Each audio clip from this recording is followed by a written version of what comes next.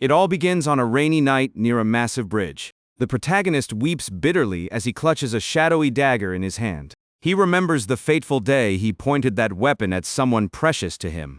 Knowing it was the worst mistake of his life, the boy silently apologizes. But things should never have ended in such tragedy. On a sunny day at school, the boy is sleeping peacefully at his desk. Someone calls out to Salt, complaining that he's taking yet another nap in class. Slowly waking up, he rubs his eyes, still half dazed with sleep. The one waking him up is Rakuna, his childhood friend, telling him they need to move to the next classroom. The two walk down the hallway together as she scolds him for staying up all night gaming. At that moment, Salt reflects on how she has always looked out for him. His mind wanders back to the past, remembering the day she found him in a dark alley. Even back then, she warmly reached out her hand to help him.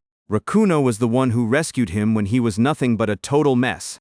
And so the two continue walking side by side through the school corridors. Rakuna points out the window, drawing her friend's attention to the view. Salt's gaze quickly shifts in that direction. A beautiful rainbow spans the city sky, making him realize that this peaceful life is entirely thanks to her. However, he knows all too well that there is another side to the story. Far from this peaceful life, bizarre creatures lurk in the shadows of the alleys. These monsters are known as aberrations, entities that threaten humanity's daily life. With a cold gaze, the boy steps into what he calls the realm of the night. Walking down the deserted street beneath the moon, he prepares for the hunt. The protagonist then reveals that Salt is not his real name. Before him, one of the aberrations unleashes a menacing roar. His true identity is Salt, an aberration born naturally as a doppelganger. Unleashing his power, he manifests a shadowy blade and slices a monster clean in half. Salt lunges down the alley, declaring that the other creature won't escape. The aberration tries to flee, but is ruthlessly impaled by the boy's shadows. Seizing the opening, he leaps into the air and finishes off the enemy with a devastating blow. After taking down the monster, Salt senses something approaching from behind. He spins around quickly, caught off guard by the sudden movement. A blindfolded girl leaps from the top of a building straight into the fray. With a swift slash, she dispatches the surviving aberration effortlessly. Walking calmly after her victory, she goes by the name Akua. The boy thanks her for the assist, only to get scolded for letting his guard down. Akua is a highly skilled fighter belonging to a mysterious organization. Walking alongside him, she mentions that they make a great team when they fight together. Just like him, she lived through daily battles and was always there to listen to Salt's troubles. She always maintains a warm and comforting attitude during their talks. Turning to her ally, she invites him to grab a bite to eat sometime. Thrilled by the idea, the protagonist accepts immediately. The two keep walking down the street, debating what kind of food they want to try. Salt, this battle companion, has become an irreplaceable part of his life. And in the exact same way, his childhood friend, Rakuna, holds a special place in his heart. These two girls are the most precious people in the world to him. However, fate has a cruel twist in store for them. Overlooking the city from the rooftop, Salt feels the fleeting weight of his peaceful days. The world was hurtling toward the worst possible future at the hands of a sinister figure. One day, a horrific dark magic was relentlessly unleashed. Both Akua and Rakuna were struck by a fatal 13th curse. If nothing was done, both of them would inevitably die. The price to break this dark hex was sacrificing the very existence of one of them. Flashback to the rain-slicked bridge, where Salt weeps while gripping his shadowy sword. Forced to make an impossible choice, he advances toward his target. The boy is in absolute agony over having to commit this unforgivable act. In her final moments, the victim only offers her gratitude for what he's doing.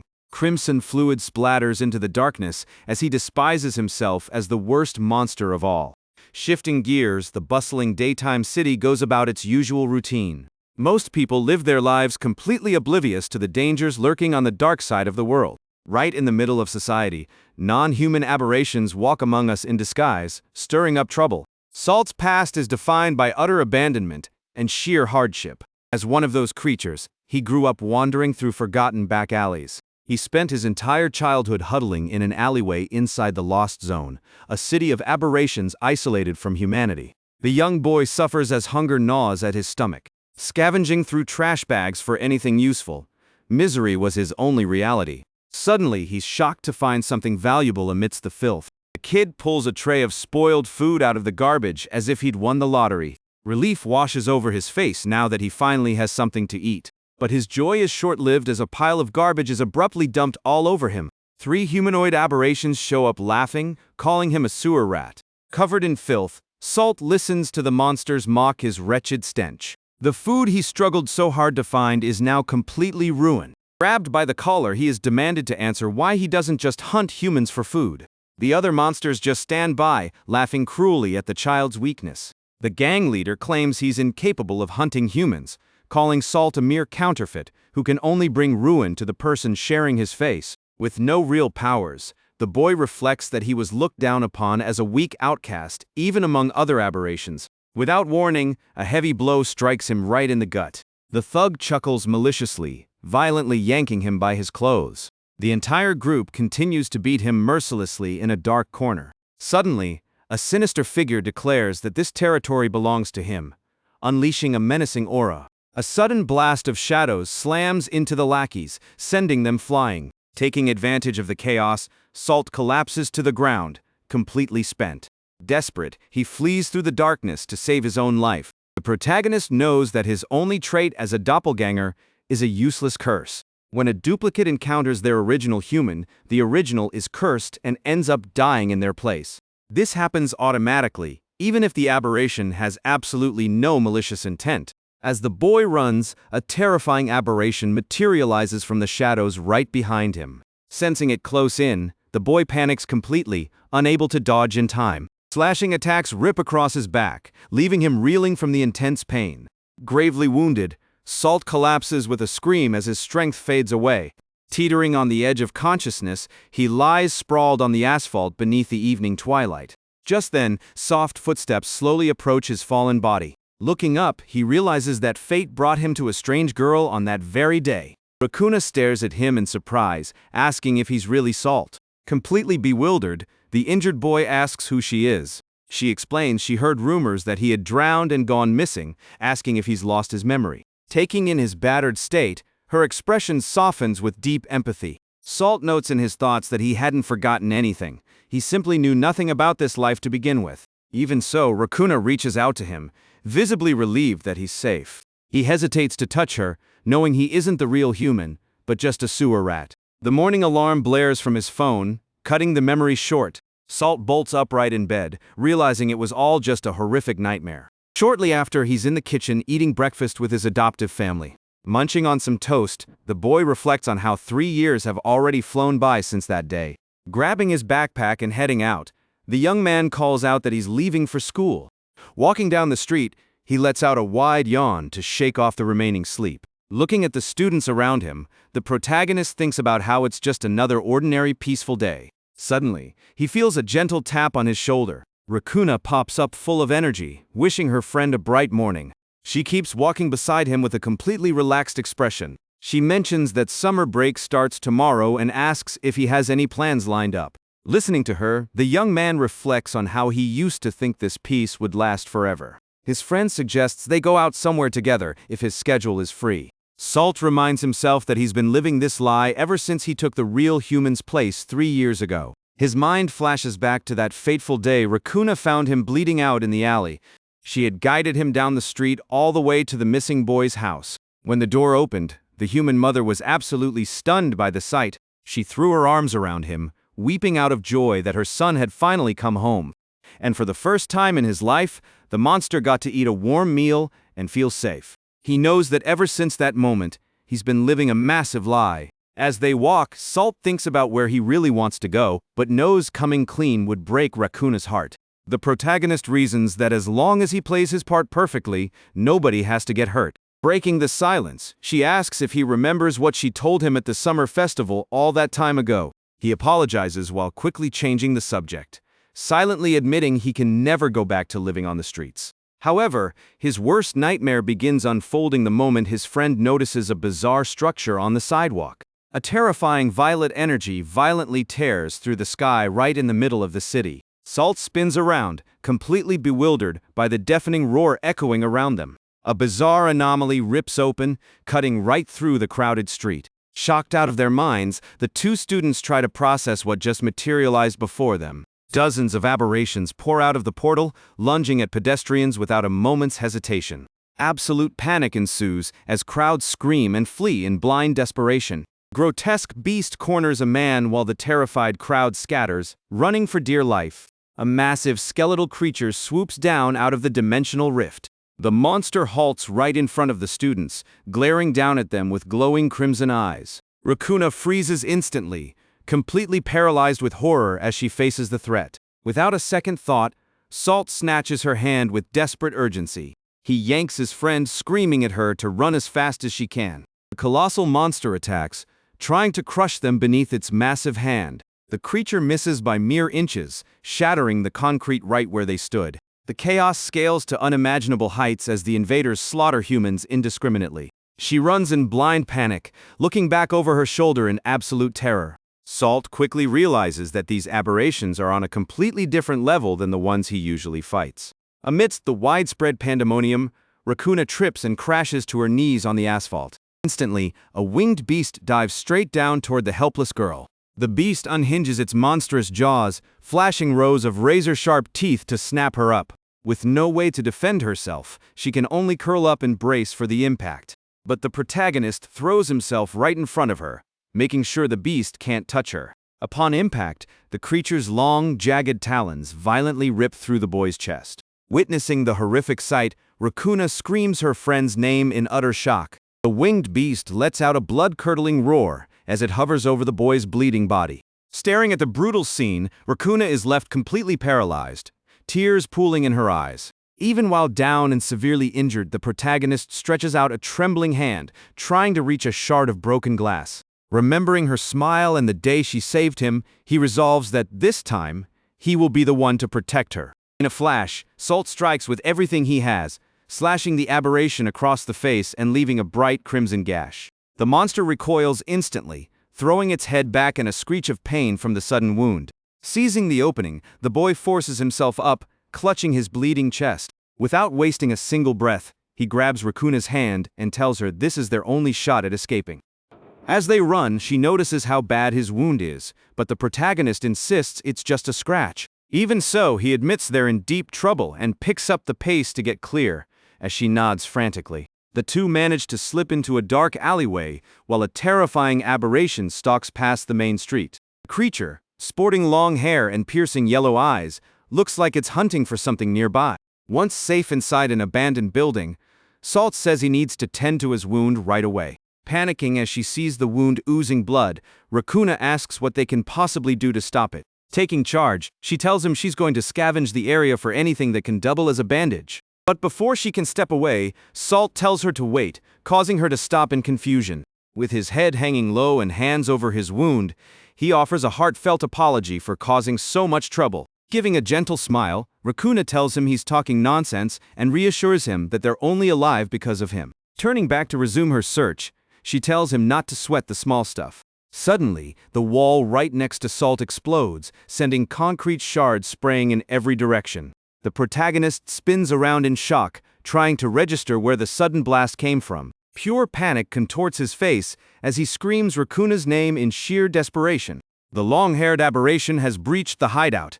It pins the fallen girl down, muttering its intent to eliminate the human. Completely paralyzed with shock, the boy watches the sinister creature loom over his friend. Unable to move a muscle, sprawled among the rubble, she lets out a pained groan, trying her best to endure the agonizing situation. Completely ignoring his own wounds, Salt charges forward at full speed, screaming her name once more. However, the monster counters instantly, swatting him away with a devastating backhand from its massive arm. The impact sends the boy skidding across the floor, reeling from the crushing blow. Down and entirely drained of strength, he struggles to open his eyes through the thick cloud of dust. He looks up to see his absolute worst nightmare, the monster hoisting Rakuna into the air, ready to execute her to fulfill a contract. The air grows heavy with tension as the aberration keeps the girl suspended high out of Salt's reach. Even while trapped and in pain, she reaches her hand out toward her friend, faintly whispering his name. He mirrors her gesture, extending his arm back in a desperate, helpless plea. With tears streaming down her face, Rakuna forces a weak smile, begging him to keep on living. Hearing her final wish, The protagonist's eyes widen in absolute horror. In one tragic moment, a sickening impact echoes through the room, and the girl's life force simply vanishes. The aberration lets out a monstrous roar in the downpour of that assault as her lifeless body slumps to the floor. Frozen on his knees, Salt can only utter his friend's name in pure disbelief. His mind sinks into an old memory where she smiled warmly, telling him everything was going to be fine. He remembers the exact moment they met, hearing her say his name with such affection. In that blissful memory, she smiled radiantly, asking if he understood everything. Snapped back to reality, Rakuna's body is ruthlessly cast aside, showing the brutal aftermath of the blow. An untamable rage erupts within Salt, causing his eye to flare with a brilliant violet light. A powerful dark aura detonates from his body even as he remains hunched over with his head down. Consumed by sheer malice, he unleashes a deafening roar, swearing he will never forgive the monster for what it did. The protagonist rises, completely swathed in tendrils of dark energy, vowing to end things right here. Caught off guard by this sudden eruption of power, the aberration stops its assault and stares in confusion. The dark magic swirls violently, concentrating into Salt's hand with devastating pressure. With a piercing, glowing glare, he finishes his sentence, promising to completely annihilate the beast. The monster quickly darts its eyes back toward the motionless girl, still under its control. Completely unfazed by the boy's threats, the creature cracks a malicious, mocking grin. Seeing that wicked smile pushes Salt over the edge into a state of absolute blinding wrath. In the blink of an eye, the protagonist blitzes forward at absurd speeds, leaving nothing but a trail of darkness behind. The aberration recoils in shock as the boy instantaneously appears right underneath it. Pouring all his rage into the counterattack, Salt readies a strike heavy with shadowy energy. With a lethal movement, the boy unleashes the direct strike right into the target with overwhelming force. The attack connects cleanly, violently blasting the monster backward and shattering everything in its path. Even as it hurts through the air, the bizarre creature keeps grinning widely as if thoroughly enjoying the fight. The aberration skids across the stone pavement outside the building, kicking up a massive cloud of dust. Emerging from the rubble, the monster casually stands up, proving it hasn't taken any real damage. Stepping through the breach in the wall, Salt demands in a low, grim voice to know what the hell it's laughing at. Locking his eyes on the foe, the protagonist extends his hand, priming his next offensive spell. A colossal wave of pure black energy erupts from his palm, tearing through the air straight toward the target. The creature is completely swallowed by the shadowy blast, letting out a roar upon impact. As the dust settles, the monster is brought to its knees, body cracked, and showing visible signs of annoyance. Pressing his advantage, Salt leaps high into the sky, winding up for a final, devastating plunge. The boy's face is a mask of pure, unadulterated rage as he roars during his rapid descent. He slams into the ground, screaming that it ends here, but his powerful strike hits nothing but thin air. Relying on raw speed and reflexes, the aberration manages to evade the lethal blow at the absolute last second. As the dust clears over the shattered pavement, Salt quickly realizes his opponent has vanished into the dark streets, leaving him completely spent. The protagonist stares at his own palm as his dark aura begins to flicker out. Still trying to comprehend what just happened, he wonders to himself what kind of ability he just unleashed. Reality suddenly hits him like a truck. Panicking, he bolts back into the building, screaming Rakuna's name. Stepping slowly into the ruined site, his eyes land on the broken, unmoving form of his friend on the ground. Shock freezes him to the spot, his face cast in shadow as he stares at the worst sight of his entire life. His mind is flooded with memories of Rakuna asking if he remembered that conversation they had at the summer festival. In the memory, she smiled gently, calling him by the human name he had been using as a cover. Brought back to the grim reality, Salt drops to his knees beside his friend amidst the destruction. The sight of her pale, unresponsive face cuts deep into his soul. Face masked by the shadows of guilt, his voice cracks as he chokes out an apology. Tears stream uncontrollably as the protagonist breaks down, admitting he failed to protect her. He realizes that his safety and well-being up until now were entirely due to the kindness she showed him in the past. Weeping bitterly, the boy confesses out loud that he had been lying to her the entire time they were together. He tightly clenches his fists, cursing himself as a fool as a volatile purple energy begins to leak out. Outside, the city has devolved into absolute pandemonium as aberrations run rampant, spreading horror through the streets. Even with the beasts howling outside, Salt's dark aura expands as he vows that he will never let this slide. The creatures press forward, tearing down everything in their path with relentless ferocity. Still lingering beside her body, the boy mutters about the aberrations responsible for tearing their lives apart. He stands up, completely enveloped by shadowy power, and softly asks Rakuna to wait for him. Fueled by deep-seated malice, the protagonist swears to slaughter every last one of those monsters. Trying to focus on his immediate priorities, Salt decides he needs to assess the situation across the city first. Suddenly, a terrified shriek pierces the silence, causing him to snap his head toward the source. Arriving at the scene, he finds humanoid monsters binding a mysterious girl with tendrils of darkness. The girl struggles to break free, her face a picture of absolute distress at being pinned down. Cornered and out of options, she groans in pain, trying desperately to slip the bizarre bindings. Without wasting a single breath, the protagonist manifests his radiant, shadowy energy blades. Blurring forward, he slices right through the dark threads, pinning her in midair. With her bindings severed, she begins plummeting toward the blood-stained asphalt. Moving fast, Salt leaps and catches her mid-fall, landing smoothly a safe distance from the monsters. Stunned by the sudden rescue, Akua freezes for a split second in his arms. The boy quickly asks if she's all right, while she stammers, struggling to form a coherent reply. Once safely back on her feet, she offers a heartfelt thank you for saving her life. Staring closely at him, Akua tries to voice a suspicion regarding his true identity.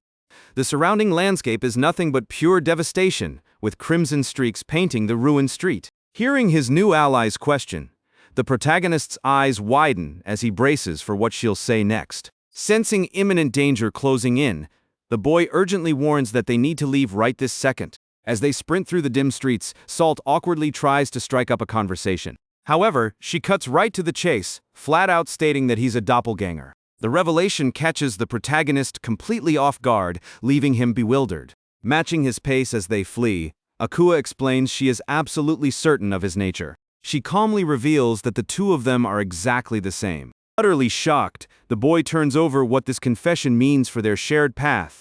Taking advantage of a brief lull, she formally introduces herself and asks for his name, which he tries to provide. Internally, he's still reeling from the news as his new ally warns him that specialized aberration hunters are closing in.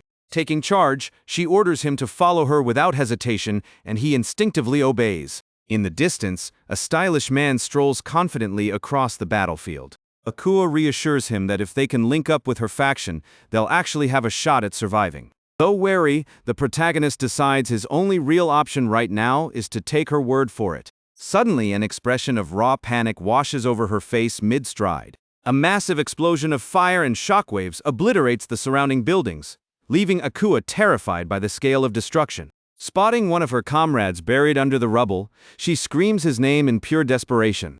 The landscape looks apocalyptic, with raging flames illuminating the ruined environment around the pair. Staring at the chaotic mess, Salt demands to know what could have possibly caused this. Standing near the inferno, a man wearing dark glasses mutters to himself about a ruined world that cast out someone named Yuri. With a wicked smirk, he looks like he's thoroughly enjoying the catastrophic damage he's causing. Raising his arms, the villain declares his plan to drown the entire world in a tide of aberrations. Watching from a distance, Akua stammers in terror as the sheer scale of the threat hits her. A massive fissure splits the sky, pouring out an endless stream of skeletal monsters. She notes she's never seen so many gathered in one place. Unable to wrap his head around this madness, Salt demands to know what the hell is going on. The portal's energy warps the very fabric of space, tearing through reality and slicing skyscrapers clean in half. The protagonist stands dumbfounded, trying to process this escalation of events. In the blink of an eye, a spinning energy blade drops from the sky, impaling the concrete right next to him. Acting on pure instinct, Salt shoves her away to protect her from the shockwave. The strange weapon remains embedded in the asphalt, pulsing with an ominous violet aura. Akua warns that the world itself is beginning to fracture, sending a chill down his spine. A swarm of floating skulls wrapped in shadow locks its gaze entirely onto the two youths. The monsters dive-bomb down the alley as the boy shouts a warning about the incoming assault. The aberrations converge on them, forcing the pair to take up a defensive stance for the brawl. Hyper-focused on the fray, Akua tells her partner to watch his back. Keeping his guard up, The protagonist echoes the warning, telling her to stay safe too. One of the monsters lunges at her, but she nimbly dodges past its razor-sharp claws. Executing an acrobatic flip, she drives a kick charged with azure energy straight into her target. Meanwhile, Salt struggles to evade a skeletal hand snapping out to grab him. Frustrated by the close call, he grumbles that he can't afford to lose in a dump like this.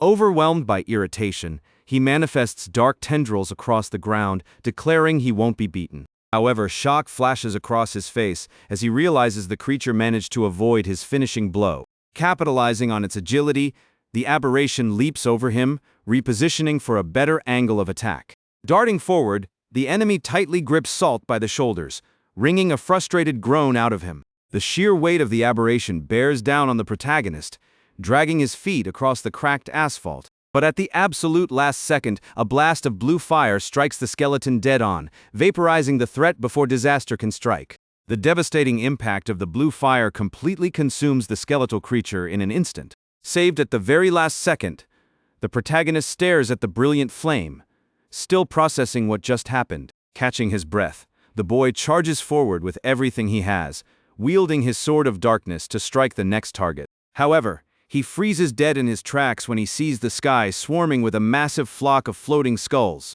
Threatened by the monsters, Salt is forced to retreat quickly, throwing himself to the ground to dodge the impending danger. Right then, a massive pillar of blue fire tears through the air to intercept the creatures in the sky. Even against that tremendous defense, the aberrations survive and keep glaring down at their prey from above. Without hesitation, the dark monsters dive bomb at full speed toward the two youths down on the street. Cornered, the protagonist forms a dense dome with his dark tentacles to shield himself from the impact. The barrier dissolves into smoke immediately after, revealing the boy dropping to his knees on the shattered asphalt. Clutching his injured shoulder, he realizes with frustration that his shadowy defense couldn't block the entire attack. Worried about his ally, the young man looks around desperately, trying to see where she ended up. Chaos reigns across the street as monsters circle over the rubble while he screams out his partner's name. Suddenly, something catches the boy's eye amidst the dust and destruction. Akua is standing there, visibly exhausted, letting the boy sigh in relief to see she's okay, though she gasps in pain. The young woman is clearly reaching her absolute physical limit after that massive assault. The protagonist rushes over to ask about her injuries, and she confirms she can barely stay on her feet. Met with his friend's tense silence, Salt immediately asks what is going through her mind. With her back turned, Akua bluntly warns him that they don't stand a chance if they keep fighting like this. She continues her bitter explanation, pointing out that this entire world was already doomed. The surrounding landscape only confirms her words, showing a devastated city littered with casualties. With a determined look, the fighter declares that from here on out, it's all or nothing. Leaping impulsively into danger, she throws herself through the air as the boy screams for her to wait. Focused entirely on her goal, the young woman decides to risk everything, betting on their sole chance to change fate. She charges straight at the giant monster guarding the rift, leaving Salt terrified by her reckless move. Seeing the aberration wind up for a massive counterattack, the boy screams in desperation for his friend to get out of there. Ignoring the warning, Akua unleashes a monumental storm of blue fire against the colossal enemy. The staggering force of the explosion drives the boy back, and he raises his arms to shield his eyes from the blinding light. Once he manages to open his eyes, he stands awestruck by the absurd display of power. The flash illuminates the entire ruined street as the blazing torrent hits the rift's guardian dead on. Watching the clash of forces, the young man clenches his teeth, feeling the sheer tension of this decisive moment. He shouts out his ally's name, fearing the worst against such a terrifying creature. High above, Akua extends her glowing hand down toward him, making one last desperate plea. Pointing to the violet portal in the sky, she begs the boy to jump into the dimensional rift instead, but before she can even finish her sentence, the girl is struck by a devastating blast of magic and screams in pure agony. The monster's direct hit breaks the fighter's stance, violently throwing her backward. As she plummets, her strength fading fast, she orders Salt to urgently search for something called Cross-Ray in the lost area. The impact of the fall is horrific, slamming the girl mercilessly against the debris-covered asphalt. With almost no energy left, Akua stretches her trembling arm along the ground, begging him to tell a certain person everything. Immediately after, the fighter's hand goes limp, sliding across the cold pavement as she collapses entirely. Paralyzed by shock, the boy stammers, utterly unable to comprehend this bizarre situation. But forcing himself past his own fear, he builds up momentum and bolts at full speed toward the portal, dodging the flying threats. Internally, he mourns the loss of Rakuna and curses his own pathetic weakness. The image of his two fallen friends haunts Salt's mind, and he bitterly blames himself for failing to protect anyone. Sprinting like never before, the protagonist ignores the giant skeleton rising to chase him down. In a leap driven by sheer desperation, the young man throws himself directly into the vortex of absorbing energy inside the rift. As he'll rise, the memory of Rakuna reaching out her hand to him in the past makes him wonder why he ever accepted that kindness. The boy's silhouette is enveloped in a blinding blue light as he is dragged upward with staggering force. With tears of frustration streaming down his face, the protagonist locks his entire focus onto his final goal. As the portal's energies consume him, he begs for just one chance to save at least someone in his life. Suddenly, the chaotic surroundings vanish, and a quiet footstep echoes across a perfectly normal floor.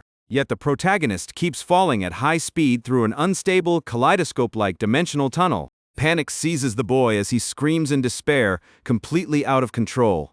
He spins disoriented upside down while being sucked deeper into the magical void, desperately trying to cling to any shred of hope. Salt stretches his hand toward the intense glow at the end of the tunnel.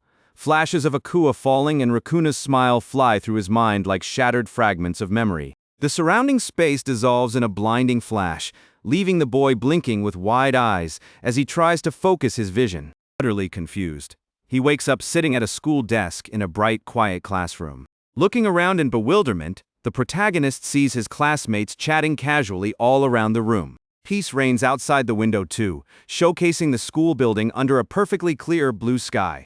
Staring at his own hands completely clean and uninjured, Salt can't believe the reality right in front of him. Cold sweat rolls down his pale face as he entertains the wild hypothesis that he has jumped back in time.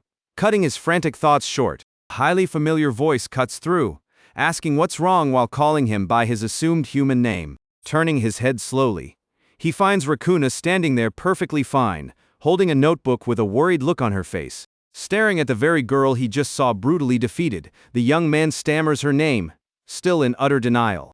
Gazing at his friend's face, his mind blanks as he tries to process the unbelievable fact that she is safe and sound. Driven by a sudden surge of relief, the protagonist bolts upright, violently shoving his desk back against the floor. The loud crash makes the young woman jump in fright, entirely confused by her friend's sudden outburst. On an uncontrollable impulse, Salt throws his arms around Rakuna, hugging her tightly right in the middle of the classroom, confessing that he thought he'd lost her forever.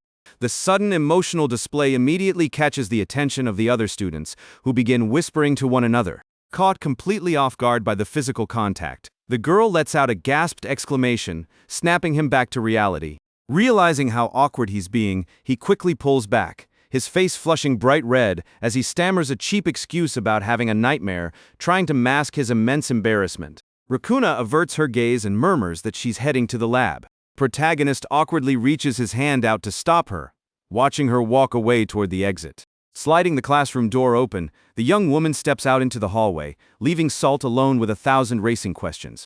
Leaving the classroom behind, Rakuna walks down the corridor, her cheeks burning with embarrassment over her friend's sudden behavior. The school bell rings to signal the end of the day, its echo rippling through the empty courtyard. Walking home alone, the protagonist lets out a heavy sigh, terrified that she might hate him now. Staring at the busy street, he realizes he has traveled exactly 1 year into the past and decides to focus entirely on Akua's final message. The memory of his battered comrade flashes before him, making it clear that his only clue is to track down Ray in the lost area. Haunted by the memory of the onslaught, Salt knows this impending disaster is bound to happen again. But this time, the boy is determined to rewrite the future and protect everyone around him. Staring into the sunset with a grim expression, he vows to accomplish this using his own strength. Following his plan, the young man arrives at the pitch-black mouth of an alleyway leading straight into the lost area. He steps into the shadows of the abandoned district, leaving the city lights far behind. Standing amidst the filth, the protagonist mutters bitterly about having to return to this wretched place. Right then, flashbacks from 2 years ago flood his mind, reminding him of the harsh, grim reality of life in these alleys. Back then, he roamed the streets in literal rags, constantly out of breath and running for his life. A heavily thrown rock strikes him dead in the head, right in the middle of the garbage dumps. Terrified by the mindless cruelty, young Salt tried to flee, clutching nothing but a single filthy sack over his shoulder. Losing his balance, the boy tripped and fell face first onto the muddy ground of the alley. Sprawled on the wet asphalt, he remembers that back then, the lost area was his only sanctuary. An old registration ID lying on the ground reveals his identity, confirming his true name is Salt. The young man looks back on how far he was from being a normal student. Lifting his head with a hollow gaze, he admits he was nothing more than a miserable aberration surviving in the streets. Shifting back to the present, the protagonist notes that monsters naturally congregate in this isolated pocket of the city. Walking down the dark passage, he recalls that someone set up this system specifically to keep human attacks to a minimum. Since the monsters get fed once a week, he reasons that the ration distributor must hold some valuable information. The boy finally comes to a halt outside a warehouse, with a flickering neon sign marking the gathering hub for the aberrations. However, upon stepping inside, he finds nothing but an empty chair and feels unsettled by the total lack of presence. Suddenly, a mocking voice calls out to him, addressing him as a wealthy brat, making him spin around in alarm. A gray-haired man eyes the protagonist up and down, remarking that he's looking far too clean to be hanging around a dump like this. Trying to steer clear of trouble, Salt plays dumb, claiming he just got lost and is on his way home. But the stranger barks at him to freeze, demanding that he fork over all his belongings immediately. Before the boy can even react, heavy bandages begin to grotesquely rip through the mugger's skin and clothes. Stunned by the sight, the protagonist's eyes widen as he witnesses the sudden transformation. The man reveals his true form as a bandage-wrapped monster, telling the kid to curse his miserable luck. Cornered, Salt takes a step back, stammering and pleading for the creature to hold on a second. Letting out a malicious cackle, the monster lunges with razor-sharp claws, daring the boy to try and survive his onslaught. A violent crash echoes down the alleyway as the strike connects with full force. However, the aberration pauses instantly, realizing something went entirely wrong with his lunge. Having skidded backward, the protagonist managed to intercept the monster's claw, relieved that his reflexes kicked in just in time. Wielding a dark claw forged from pure shadows, the youth realizes with amazement that he can still command his abilities. Pissed off to discover the kid is also a monster, the enemy snaps, mocking him for playing pretend as a human. Relentlessly, the creature hurls himself forward in a blind fury, tearing through the air toward the protagonist. Salt leaps high into the air to dodge the lethal blow, resigned to the fact that he has no choice but to fight back. Mid-air, their dark armaments clash violently as the boy counters with perfect precision. The aberration presses the attack, raining down a barrage of swift, desperate strikes upon his target. Frustrated that none of his attacks are landing, the monster gnashes his teeth, losing his temper completely. Seizing the perfect opening, the boy erupts with a violet aura and lands a lightning-fast, precise slash. Shrugging off the wound, the aberration surges forward, telling the boy not to get cocky, only to get hit by an immediate counter. With a nimble slide, the protagonist slips right beneath his foe, cutting across his chest with an energy blade. The devastating force of the strike launches the bandaged monster straight into the air, leaving him zero chance to defend himself. Utterly defeated, the attacker reverts to human form and collapses onto the dirt floor, groaning in sheer agony. Surveying the scene, Salt takes a deep breath and mutters to himself that this place is just as cutthroat as it used to be. Right then, the youth remembers the actual reason he ventured into this isolated alleyway in the first place. Crouching beside the beaten thug, he cuts straight to the chase and demands to know if he has ever heard of someone named Ray. The mugger stammers in terror, asking if the kid means the fearsome commander of the Yatagarasu organization. Shocked, the man's eyes bug out as he demands to know how a kid like him even knows that name. To speed up the interrogation, Salt presses his dark dagger right against the guy's face, commanding him to spill everything he knows. According to the man's story, Yatagarasu is a black ops organization tasked with monitoring, containing, and executing aberrations under Ray's absolute command. With the intel secured, the protagonist navigates a subterranean corridor, tracking the rumors regarding the faction's hideout. The youth pulls up in front of a heavy double metal door, confirming he has finally reached his destination. On the other side, the enigmatic leader of the organization stands in silence, picking up on the movement outside. Knocking against the heavy iron door, the boy calls out to announce his presence, asking if anyone is inside. Turning the handle slowly, the boy is surprised to find that the entrance to the lair is completely unlocked. He steps inside, calling out for anyone, but finds himself taken aback by the highly sophisticated decor of the room. In a split second and without a single sound, a tall silhouette clad in black manifests imposingly right behind him. Before he can even twitch, the boy feels the icy bite of a blade pressing dangerously against his throat. Glaring at the intruder with piercing red eyes, Ray demands to know what a punk doppelganger brat wants with him. The air grows incredibly thick with tension as the commander holds the blade firmly against the protagonist's neck. Dishing out profound contempt, the man insults the boy's lineage once more, leaving him stammering in pure terror. Trying to keep his head cool in the face of imminent death, the young man slowly raises his hands and tries to reason with him. But with a lightning-fast sweep to the legs, the commander effortlessly sweeps the intruder off his feet, sending him crashing forward. Protagonist slams face first onto the checkered floor of the luxurious hall, unable to avoid the painful impact, before a heavy boot stomps directly onto Salt's back. The commander completely pins the youth down, showing absolutely zero mercy. Looking down at his captive, Ray remarks that he has some serious nerve breaking into this place, asking if he's actively looking to get killed. Pinned to the ground, the boy confirms the commander's identity and screams in desperation that Akua was the one who sent him. The sudden mention of his operative's name makes the commander's eyes narrow as he halts his punishment instantly. Seizing the brief window, the protagonist warns that if they don't act now, an apocalyptic disaster will wipe out everything in a year. The protagonist's mind flashes with horrific visions of that chaotic future where the city was overrun by monsters.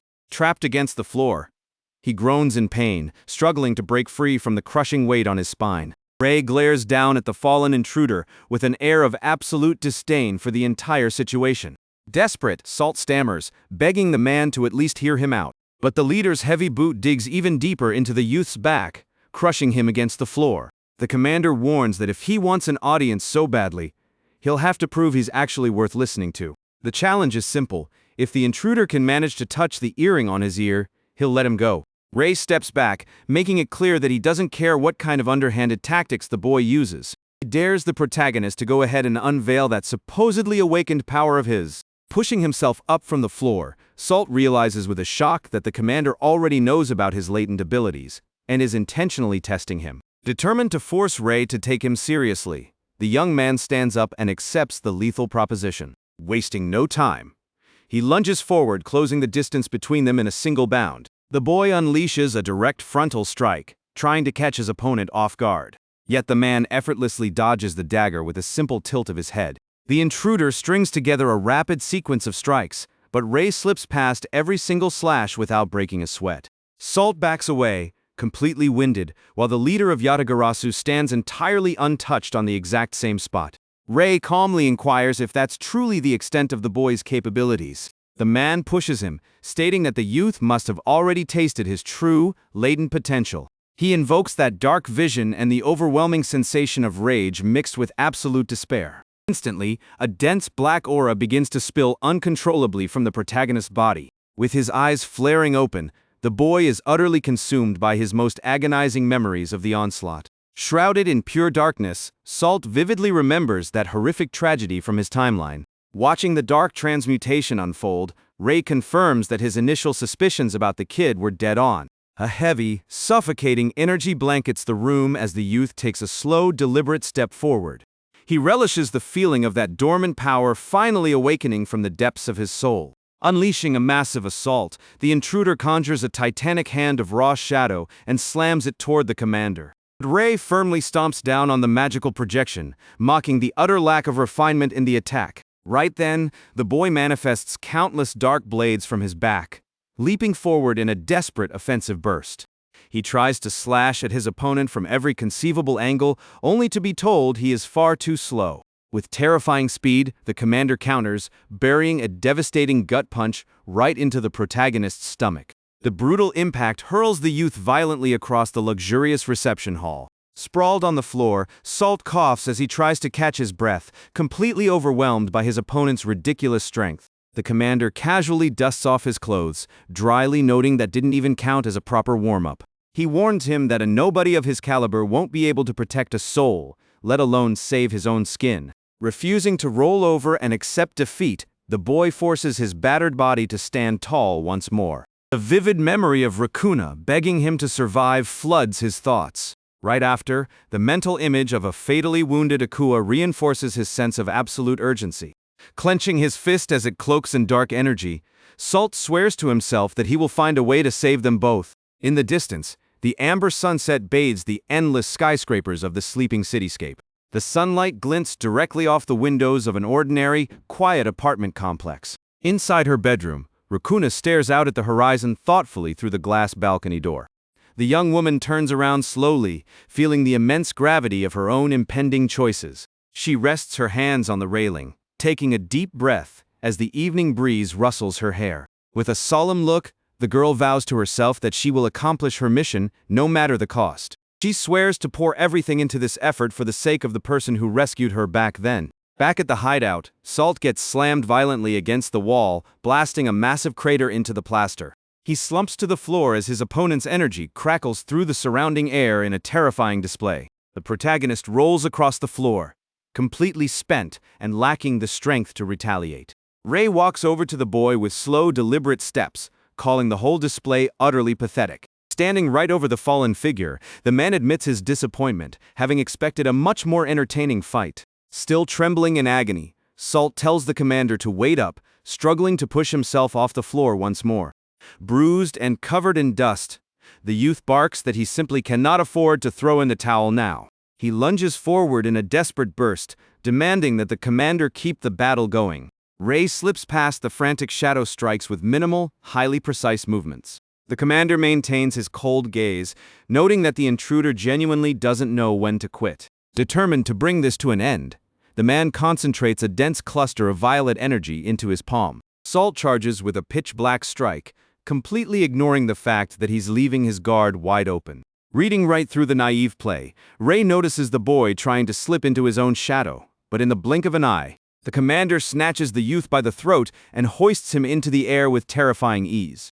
Without an ounce of mercy, he slams the protagonist down, causing a deafening crash to reverberate through the hall. The boy tries to crawl away, listening to the man tell him he doesn't even know how to harness his own abilities yet. Completely dazed by the impact, Salt lifts his head, unable to comprehend what Ray means by that. The commander's eye flares a vivid crimson, deciding he'll personally force that latent power out of the kid. Enshrouded in absolute darkness, the man activates a bizarre technique known as the burial of transmigration. Instantly, the chamber vanishes, replaced by an ethereal landscape of white flowers glowing under the night sky. The surroundings shift into a ruined metropolis illuminated solely by a massive full moon hanging in the dark sky. The youth's eyes widen in sheer bewilderment, wondering where on earth he has just been taken. The commander calmly manifests beside him, introducing this isolated pocket dimension as the realm of night. He explains that this is the true domain of the aberrations, completely severed from human civilization. Kneeling on the cracked asphalt, the protagonist takes in the haunting layout of the overgrown skyscrapers. Ray paces around, clarifying that run-of-the-mill doppelgangers usually possess next to no combat power. The man halts, revealing that an extreme emotional catalyst can trigger a radical mutation in one's skills. Salt processes the information, slowly piecing together the dark origin of his newly awakened strength. The commander points out that the boy is a textbook example of these rare anomalies, leaving the intruder stunned. Coating his hand in a dark aura, Ray invites the protagonist to experience a real, uninhibited clash. Drawing his shadowy blade, Salt mutters that he finally understands what's going on. But Ray suddenly snaps his head up, telling the boy to hold on. The protagonist is completely thrown off by the sudden interruption. Right then, his eyes bug out as he recognizes something terrifying high up in the air. A colossal skeletal monster manifests in the sky, appearing to be a native entity of this realm, seemingly drawn out by their presence. Keeping his composure, Ray notes that these entities belong to a completely distinct race from standard aberrations. The commander adds a stern warning that these monsters will never be on their side. Without giving them a moment to breathe, the beast spews a toxic miasma and lunges directly at the protagonist. Salt tightens his grip on his dagger, realizing that it was an aberration exactly like this one that slaughtered the girls in his original timeline. The monster turns its macabre face, lit up by blue embers, and locks its eyes directly onto the youth. Swooping down low, the beast charges at breakneck speed toward the pair. Reacting instantly, the boy deploys his shadow tentacles to vault away from the devastating impact. Ray leaps backward as well, avoiding the strike without breaking his stride. The commander stares down the beast, his crimson eyes flashing with intense power. Gasping from the close call, the protagonist is left awestruck by the enemy's ridiculous speed. Ray tells the boy not to back down against a low-tier beast like this, announcing that he'll be sitting back to watch the fight. The youth accepts without hesitation, knowing he has to destroy these creatures if he ever wants to come out on top. Unleashing massive shadow arms, he declares that he won't be able to change a damn thing if he fails here. The tentacles ensnare the flying beast, but the boy quickly realizes that pure brute force isn't doing the trick. Keeping his distance, Salt realizes just how hard it is to get close enough to land a clean hit. Watching from a safe distance, the leader calmly asks what exactly has the boy so terrified. He asks if it's the speed or the raw power that's throwing him off, pointing out that a direct head-on collision would destroy him. However, the commander reminds the protagonist that he is fundamentally a shadow manipulator. The man offers a piece of advice: don't rely strictly on the darkness inside your own body. The skeletal beast violently tears out of its binds, just as Salt finally catches on to the advice. With newfound resolve, the boy charges full tilt toward the rampaging beast. Right then, the monster erupts with a massive blast of blue fire to turn the intruder into ash. Using his agility, the protagonist slides low across the ground, passing completely unscathed right beneath the flames. He pushes his body to its absolute limits to get within striking distance. Exploiting the opening, the youth unleashes a lightning-quick strike with his magical dagger.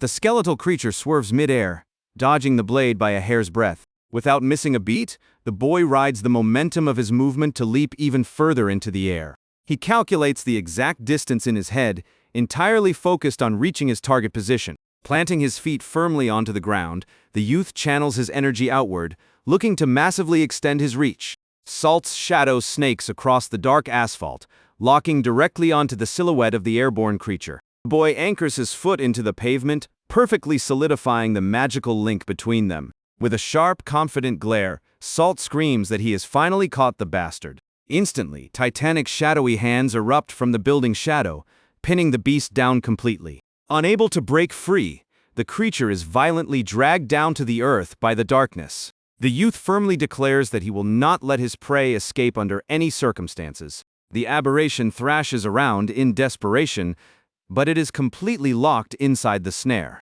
Seizing the ultimate opportunity, the boy squeezes the hilt of his dagger for the final, decisive blow. With a powerful leap, the protagonist delivers a clean, devastating slash, ripping the monster completely in half. The remains of the skeletal creature hit the pavement, completely neutralized. Panting heavily, the young man lets out a sigh of relief, confirming to himself that he actually won the fight. Proud of his performance, Salt turns back toward the leader of the organization. However, Ray remarks that a monster of that caliber is child's play, as he materializes a massive, pitch-black broadsword. In a swift, relentless motion, the man swings the massive weapon through the air. The brutal blow strikes the boy dead on before he can even blink. The commander maintains a cold, stoic expression evaluating the damage inflicted by his strike. Completely dazed from the impact, Salt forces a smile, claiming his victory as he tries to get back to their talk. The youth staggers, losing his footing completely as he begs the man to listen to his story. Lacking the strength to stay upright, the protagonist collapses backward onto the hard asphalt. Ray crouches down beside the unconscious figure, analyzing the boy closely. Salt remains completely passed out on the freezing floor of the desolate dimension. Right then, the commander cuts his eyes away as he senses a new threat approaching in total silence. A massive horde of skeletal aberrations begins scaling the surrounding walls to encircle them. Maintaining absolute composure, the man cracks his knuckles, gearing up for a slaughter. He thrusts his glowing blade straight into the ground, unleashing a formidable wave of crimson energy. In the blink of an eye, torrents of destructive force tear through the entire army of monsters simultaneously. With the entire horde annihilated behind him, Ray smirks, conceding that the kid might actually be of some use after all. Sometime later, Salt slowly opens his eyes, staring up at the ceiling of an unfamiliar room. The youth sits up in bed, totally disoriented, wondering to himself where he has ended up this time. He surveys the dimly lit room, scanning for any recognizable detail while still feeling dazed. The protagonist inspects his own body, checking to see if he sustained any critical injuries. The boy wonders to himself if he finally managed to cross back into the real world. Suddenly, Ray steps out from the corner of the room, noting that the intruder is finally awake. Startled by the voice, Salt stammers out a quick reply, shifting to sit on the edge of the mattress. The commander maintains his poised stance, stating that he intends to keep his word and hear out his story. Wasting no time, the man swings the door open, gesturing for him to follow for their discussion. The protagonist follows Ray out, arriving at a spacious and highly sophisticated briefing room. Ray seats himself comfortably in an armchair and commands the youth to begin his explanation once and for all. Summoning his courage, Salt states bluntly that he has traveled back from a year into the future. The commander knits his brows in intrigue, repeating the word future as he processes the sheer weight of the claim. The boy confirms the fact, warning him that the entire world will collapse if they do nothing to alter the timeline. Salt recalls the tragic day when that titanic violet rift tore open across the city sky. He remembers the overwhelming onslaught of monsters and the total annihilation unleashed in a single moment. Looking down, the boy admits that the commander might find it completely impossible to believe. Ray nods without hesitation, agreeing that it really is a ridiculous story. Leaning over the table, the young man desperately insists that it's all true. Frustrated, the protagonist wonders if all his effort to get here was for nothing. However, the commander breaks the silence, asking what he plans to do about it. The boy looks up, caught off guard by the direct question. Clenching his fists tightly, he hesitates for a split second before responding. Utterly determined, Salt declares that he wants to become stronger than anyone else. He adds that he needs to wipe out the aberrations that destroyed his world. Ray shows some understanding, but then warns that the intruder is currently far too weak. The young man's spirit breaks instantly, feeling the harsh weight of that truth thrown in his face. However, the commander reveals there is still a way for him to obtain that kind of power. The protagonist immediately asks what he means by that. Ray explains that in the past of their organization, there was a man known as the Shadow Master. He explains that the founder of the Yatagarasu was the ultimate master of shadow manipulation. The commander reveals that this warrior was also an awakened doppelganger, just like the protagonist. Then, Ray mentions that he was actually saved by him despite being a vampire, leaving the boy completely stunned by the revelation. Resuming his serious posture, Ray explains that it's a story from a very long time ago. Back then, he fought side by side with the former Shadow Master against giant monsters. The warrior would use dozens of dark stakes to pierce through the beasts with absolute ease. His strength was overwhelming, combining shadow attacks with a glowing bluish energy aura. With a ruthless gaze, the leader slaughtered any enemy that crossed his path. A single swing of his sword unleashed destructive blasts, tearing through both the air and his adversaries. No creature could even manage to get close to him during those intense battles. Ray recalls with deep respect how that man relentlessly defeated powerful aberrations. Staring in awe, Salt comments on the leader's incredible strength, but a knock at the door interrupts their conversation. The vampire grants permission to enter, noting that the group has finally arrived. The doorknob turns slowly, and a group of people begins filing into the meeting room. Led by a man wearing glasses, several peculiar members of the organization step into the room. Protagonist watches in awe as all these eccentric individuals walk past him. A woman with pink hair wearing a low-cut dress catches his eye as she walks in. Right behind her, a massive masked man bumps into the distracted youth as he passes by. The bizarre figure glares at the newcomer in silence, leaving the boy quite intimidated. Ray breaks the tension, ordering Salt to go fetch drinks for the 7 members of the team.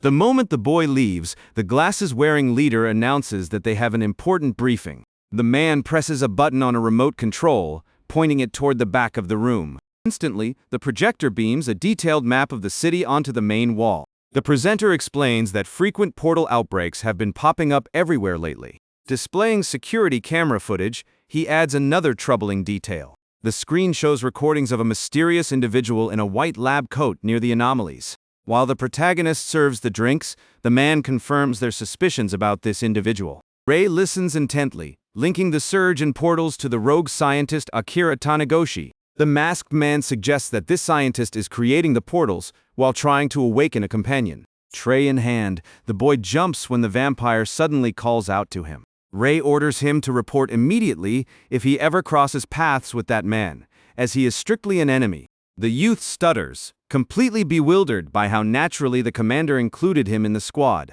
Without beating around the bush, the leader bluntly declares to everyone that Salt is now a part of the organization. The protagonist is left utterly speechless by the sudden recruitment.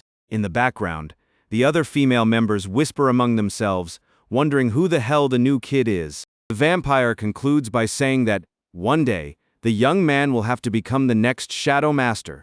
In silence, the boy ponders the heavy burden of such an immense expectation being placed on his shoulders. He recalls the tragic fates of Akua and Rakuna, which had forced him to turn back time in the first place. Filled with absolute determination, Salt accepts and vows that he will claim that formidable title. Time passes, and the scene cuts to the sunlit courtyard of the protagonist's school. Inside the gymnasium, students are actively participating in PE class. The volleyball scoreboard shows a tight match as the girls cheer loudly for Rakuna. Full of confidence, the young woman calls for the ball and leaps high near the net. With a flawless spike, she drives the ball straight into the floor, securing the point for her team. Her friends rush over to celebrate, hugging her for the spectacular play. Beaming with joy, Rakuna flashes a peace sign to celebrate their success. On the other side of the gym, the boys split up for a lively game of basketball. Salt just watches everything from afar, lost in his own somber thoughts. A blonde classmate throws an arm around his neck, commenting on how the girls seem to be having way more fun, addressing him by his alias, Salt. Ren Sano tries to cheer up his distant friend. The boy suggests they start playing for real to make the most of the class. Without giving the protagonist a second to think, his friend tosses the basketball right at him. Out of pure reflex, the youth catches the pass and immediately drives past the defenders. The opponents shout in a panic, calling for someone to guard him. Staying razor-sharp, the youth blows past his defender with an incredibly agile, lightning-fast move. He gets ready to finish the play while the opposing team frantically tries to stop his advance. At the other end of the gym, Rakuna stops talking when she hears the boys shouting. The young woman is stunned to see her childhood friend's sudden, unbelievable performance. With an incredible leap, Salt slams the ball into the hoop, leaving the defense completely helpless. Hanging from the rim, Salt finishes the play, leaving everyone in the gym completely awestruck. His teammates go wild over the play, and Ren Sano goes to high-five his friend in celebration. Rakuna is left completely amazed, staring at the protagonist's sudden display of raw skill. The bell rings, signaling the end of the school day. Back in the classroom, Salt approaches the girl, asking her what her plans are for later. Before she can answer, Ren Sano chimes in, teasingly asking if they're finally a couple. Blushing furiously, both of them quickly laugh off the joke. Ren Sano chuckles at their defensive overreaction, noting that they really do look like a couple. Changing the subject, their friend suggests they go pay a visit to their old secret hideout. Both of them eagerly agree, realizing they haven't been there since middle school. The trio walks down an isolated alleyway that leads straight into the dangerous lost area. They arrive in front of an abandoned convenience store that they used to claim as their hideout. The inside of the place remains untouched, filled with dusty, old arcade cabinets. Taking a seat, Rakuna comments on how nostalgic the place feels. Ren Sano smiles as he recalls how they always used to lay low there whenever teachers scolded them. Back then, the three of them once had to hold buckets of water out in the hallway as a punishment. Back then, she would always whimper and blame Ren Sano for dragging them into trouble. Back in the present, Ren Sano laughs, remembering how that one teacher used to give them such a hard time. Unpacking her lunch, Rakuna says with relief that she never wants to experience that again. Then, the boy notices what she's eating and asks if that's all she ever lives on. She immediately defends her food choice, insisting that she absolutely loves the dish. Watching his friends interact so casually, Salt reflects on how vital it is to keep them safe. With a determined look, the protagonist mentally swears to protect this world at any cost. Right then, his phone left on the table begins vibrating non-stop. The boy quickly snatches up the device to check the notification. The screen displays an emergency dispatch alert from the organization, ordering the extermination of a nearby aberration. He instantly realizes that the target is located right in this very area. Noticing her friend's tense reaction, Rakuna asks with concern if something is wrong. Hiding his nervousness, the young man pockets his phone and insists nothing is wrong. He hurriedly grabs his backpack, making up an excuse to leave and telling them to head back without him. Startled by his sudden departure, the girl tries to call out for him to wait. Ignoring her voice, Salt dashes off at full speed down the dark alleyway. He charges through the streets, deeply frustrated by the terrible luck of a monster manifesting right next to his friends. Suddenly, a sharp, desperate shriek echoes out, piercing the silence. The protagonist halts instantly, pinpointing the exact direction of the noise. Peering deep into an alley, he spots someone collapsed on the pavement. The boy rushes over and props up the unconscious woman to check on her condition. Cradling the victim, he tries to assess what kind of disaster is taking place. Heavy footsteps approach from behind, causing the startled youth to turn his head toward a towering figure blocking the exit. Salt demands to know who's there. The man clicks his tongue in frustration, muttering to himself about whether he was too late. The Yatagarasu executive, Rose, warns that civilians have no business getting involved. Adjusting his glasses, the veteran recognizes the intruder who had snuck into the base the day before. Before they can talk any further, Rose shifts his focus as he senses an ominous movement. Horned aberrations begin to materialize from the street shadows, revealing their terrifying forms. The pack of massive monsters completely surrounds the two fighters, sealing off any escape. Salt steps back in alarm, demanding to know what these creatures are, and Rose explains that they are shadow eaters. The executive warns that these beasts emerge from portals and completely destroy anyone whose shadow they devour. Meanwhile, miles away, the atmosphere remains perfectly peaceful inside the old secret hideout. Staring at her phone screen, Rakuna finds it bizarre that her friend vanished and isn't replying to any texts. Ren Sano stretches his arms casually, suggesting they swing by the protagonist's house to check on him. She agrees to the idea, though she is still slightly unsettled by his sudden disappearance. The two students leave the hideout, walking together down the deserted sidewalks as he tries to reassure her. The youth points out that his friend's mom probably just called him demanding he come home right away. He notes that the guy's parents have always been incredibly overprotective of him. Looking up at the twilight sky, the student sighs, genuinely hoping that's all it is. Unbeknownst to them, the silhouette of an aberration looms threateningly on a nearby glass pane. The girl suddenly senses an eerie presence and stops dead in her tracks. Ren Sano notices her sudden hesitation and asks why she stopped. Plunging from the top of the building, a shadow eater swoops down violently toward her. Paralyzed with pure terror, she lets out a soft gasp as she watches the danger close in. Ren Sano spins around in a panic, screaming his friend's name just as the creature strikes. With a lightning-fast swipe, the monster tears directly into her shadow cast on the ground. The beast lands right behind her, clutching the materialized form of the newly severed shadow. Rakuna's face drains of all color as she mutters in complete disbelief at what just happened.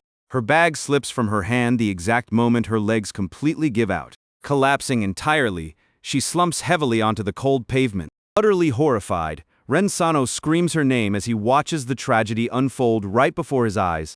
Meanwhile, back in the other alleyway, the Shadow Eater encirclement grows tighter by the second. Seizing a split-second opening, one of the monsters lunges ferociously at the protagonist.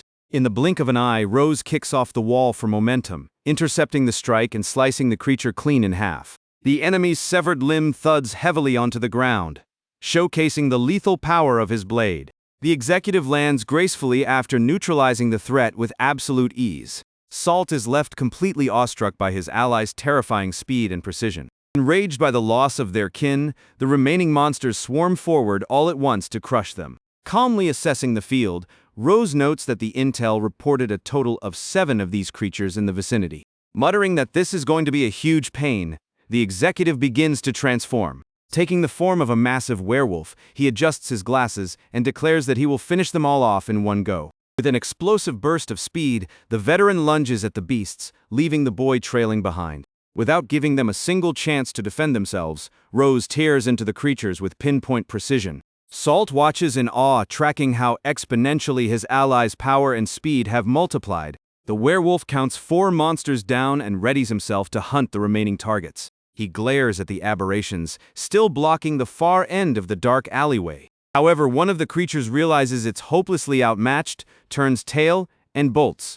Desperate to keep it from escaping, the protagonist charges after it, shouting for it to stop. Rose annihilates another enemy in his path and barks a reprimand at the boy, warning him not to run off alone. Annoyed by his stubbornness, the veteran carves a path forward, cleanly slicing through the remaining opponents. Left alone in the alley, he looks around in confusion, wondering which way the kid ran off to.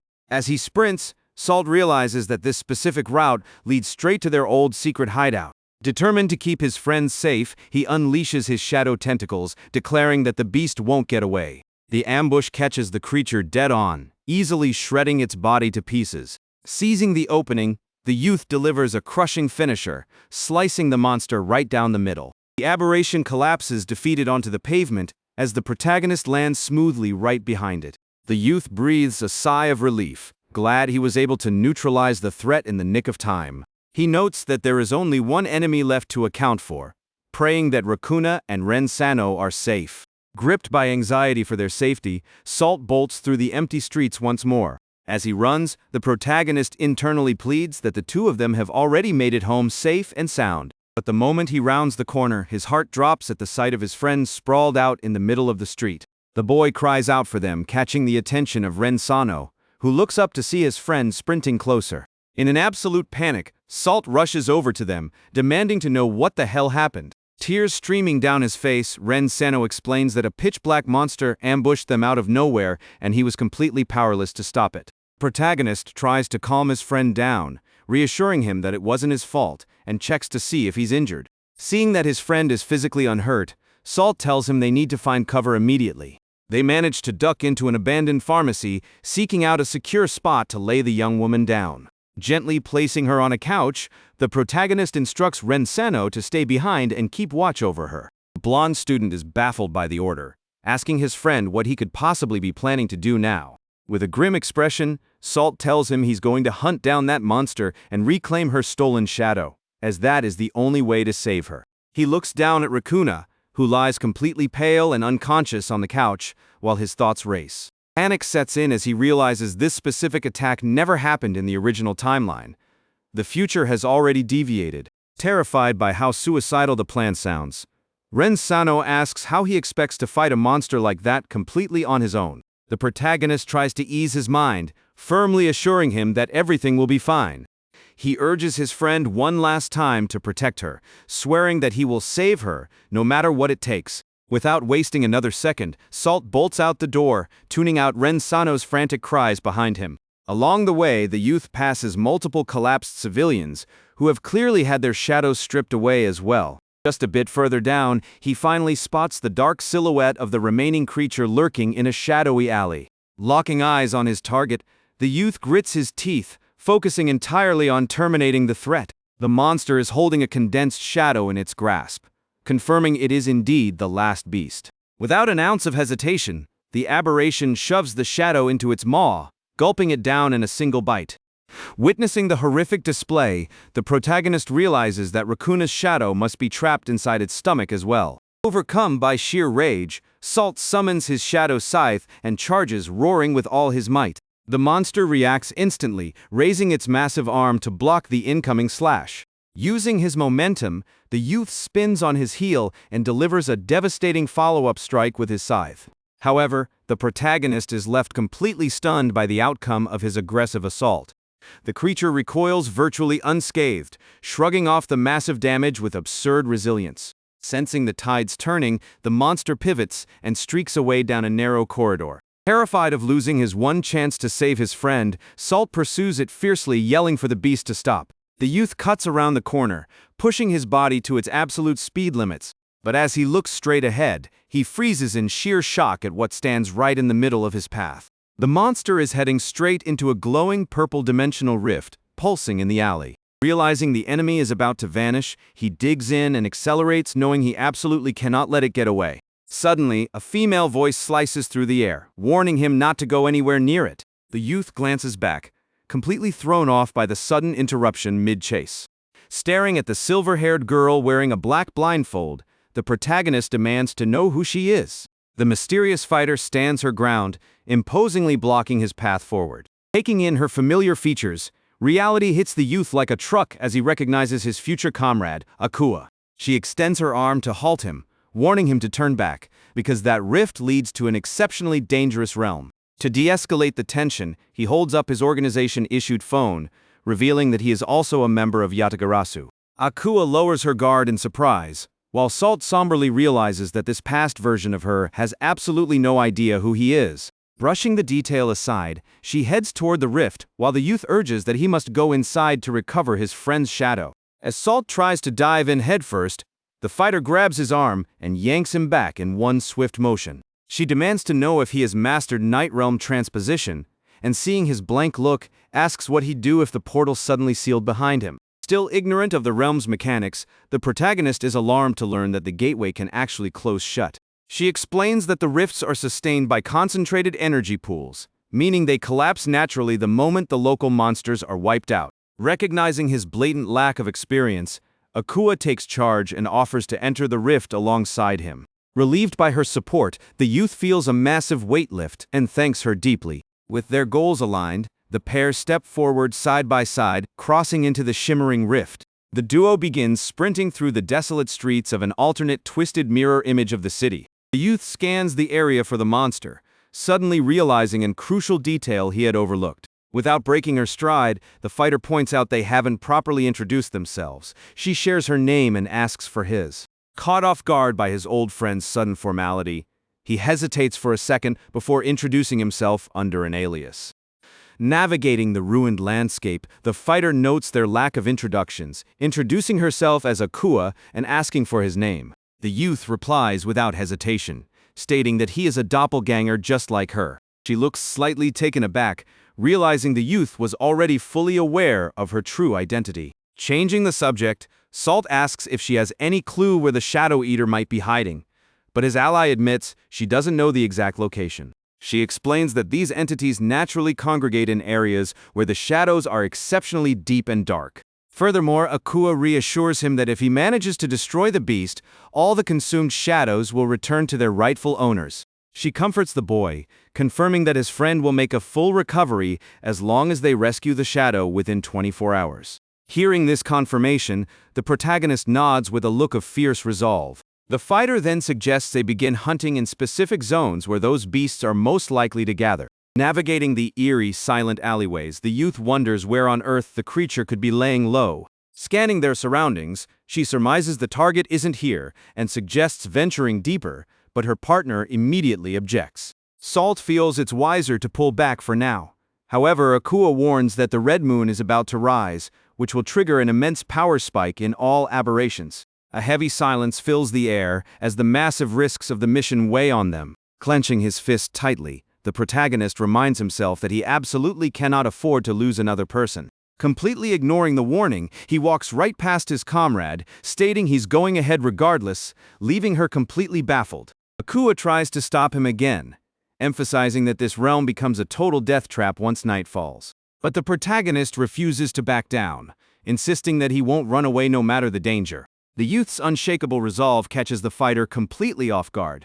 Letting out a weary sigh, she finally surrenders to his stubbornness. She decides to back his play, promising to stay right by his side until the very end. Sifting through the rubble, they notice eerie shapes lurking in the windows, making the youth wonder if they are human. They realize the entire sector is crawling with aberrations, escalating the situation into a highly volatile state. Shadows bleed out to block the pathways, confirming that this entire area is going to be a massive headache. The duo continues to advance cautiously through the ruined courtyards of the bizarre realm. Analyzing the strange landscape, Akua suggests they scout the area with a bit more discretion. The air grows heavy for a moment as the two walk on absolute high alert. Breaking the silence, she apologizes for dragging him into this mess, but Salt assures her that he came entirely of his own accord. Suddenly, a swift arrow whistles through the air, piercing the darkness. The projectile grazes past the protagonist and thuds forcefully into the tree trunk beside him. Startled by the ambush, the two snap into defensive stances as the youth roars, demanding to know who's there. Concealed in the shadows, the archer clicks his tongue in frustration over missing the target. Next, a whole horde of small armed monsters drops from the canopy, completely surrounding the duo. The protagonist asks what these enemies are, and his ally swiftly identifies them as Minots. The leader of the pack brandishes a heavy axe, assuming a highly menacing stance. Akua notes that while these aberrations aren't overwhelmingly strong, they are incredibly cunning. Hoping to avoid a fight, Salt steps forward and announces that he has no intention of harming them. The monster chief barks at him to shut up, calling him underworld scum and warning that they've trespassed onto his turf. She tries to reason with him, stating they had no idea about the borders and pointing out that they are aberrations as well. Confused, the leader counters by pointing out that the duo doesn't consume human flesh like his kind does. The protagonist is left thoroughly disgusted by the enemy's vile revelation. Drooling heavily, the monster gloats that human meat is absolutely delicious and addictive from the very first bite. Faced with such cruelty, Salt realizes that a peaceful resolution is completely off the table. One of the lackeys nudges the leader, asking what they should do with the intruders. Ruthlessly, the chief orders their immediate execution for encroaching on their territory. The beast commander ruthlessly demands that the execution be carried out this very second. Seeing that talk is over, the youth and the fighter draw their weapons, preparing for a bloody clash. Protagonist concludes they have no choice left but to fight, and his ally instantly agrees. Capitalizing on the distraction, one of the archers opens fire from the treetops. The arrow slices through the air, tearing straight toward the girl's blind spot. With lightning reflexes, Akua twists her body, narrowly evading the projectile by a hair. Anxious for his partner, the youth whips out his shadow tentacles to provide backup. She takes down an enemy while apologizing for her slip, while the youth repels a separate flank, shouting for her to keep her guard up. Under heavy pressure, Salt parries an axe swing, noting that the sheer volume of monsters is overwhelming.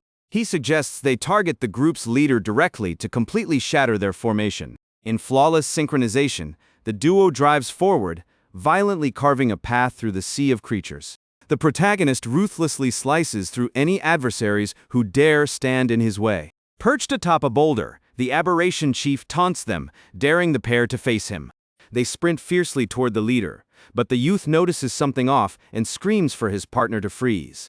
Too late, the fighter's boot depresses a hidden pressure plate concealed beneath the dead leaves. The ground suddenly gives way beneath them, and they instantly realize they've fallen into a pit trap. The pair plummets into the deep chasm, crying out in shock. In a panic, the youth reaches out wildly, trying to grab hold of the pit's edge. The pack leader rejoices over his successful plan, mocking the intruders and wishing them a slow death down there. With absolutely nothing to cling to, the duo continues to plummet into the pitch-black abyss. They brace themselves for the imminent impact as the cavern floor rushes up to meet them. The fall is cushioned by an underground pool, creating a massive splash as they break the water's surface. Gasping for air, the two thank their lucky stars that the pool was deep enough to save their lives. Catching his breath, the protagonist looks around the cavern, wondering what kind of subterranean depths they've landed in. The youth struggles out of the icy water, finally dragging himself onto solid ground. The fighter notices that the faint luminescence throughout the tunnel emanates from clusters of small glowing flora. She deduces that the trap was set well in advance and observes that the red moon phase has officially begun. The ally warns that while this phase is active, they are completely locked out of using transposition to return home.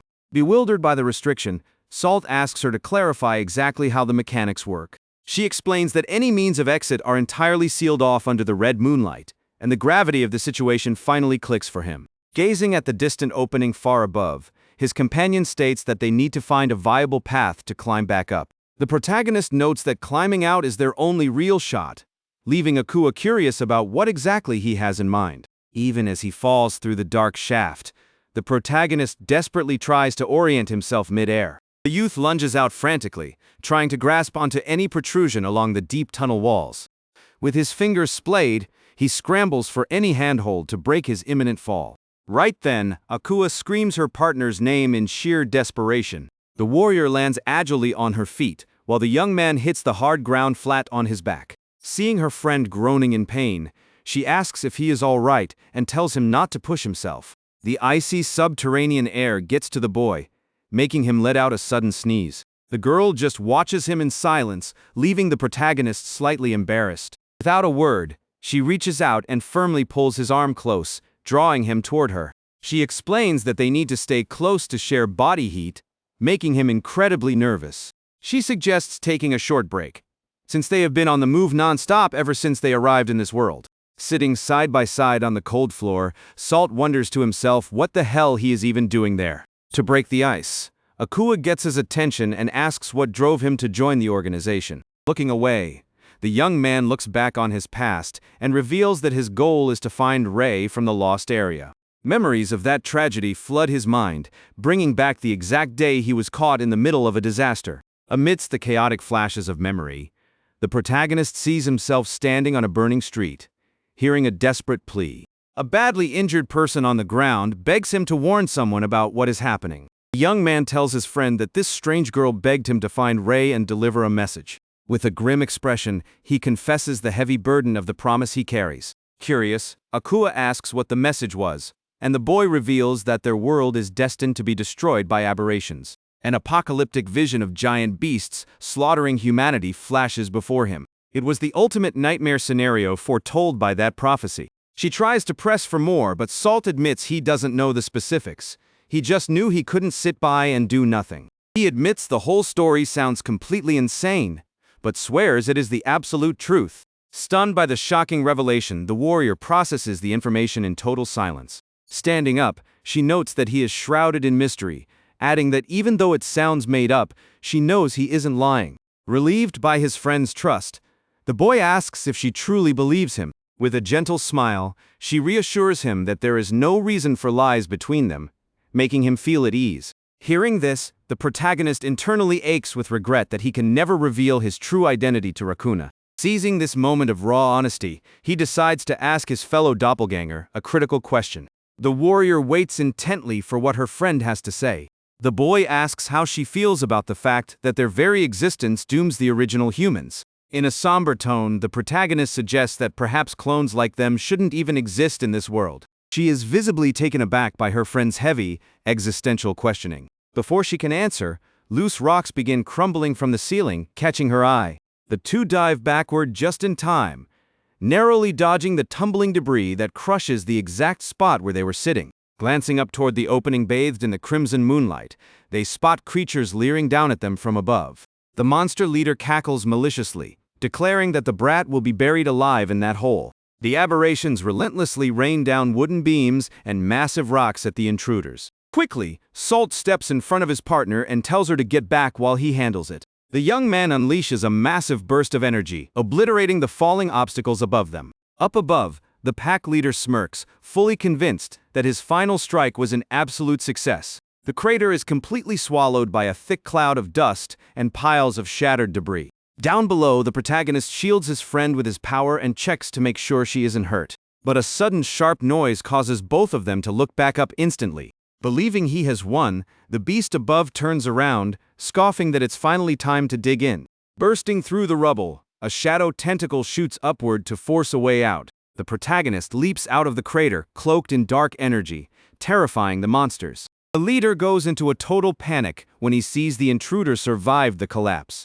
The boy lands smoothly as his partner surfaces right behind him, using the piled rubble as a makeshift staircase. The warrior stands up calmly, regaining her footing after escaping the trap. Summoning his sword of darkness, Salt mocks them, saying their attempt to bury them just handed them a way out. Enraged by the failure, the monster boss screams at his minions to swarm them with everything they have. The boy and his friend charge forward in perfect synchronization. The duo easily tears through the aberrations, combining shadow slashes and precise kicks against the sluggish enemies. Seeing his underlings fall one by one, the leader realizes he's outmatched and turns to flee. Before the beast can escape, the protagonist manifests a swirling shadow hand that ensnares his target, sealing the end of the match.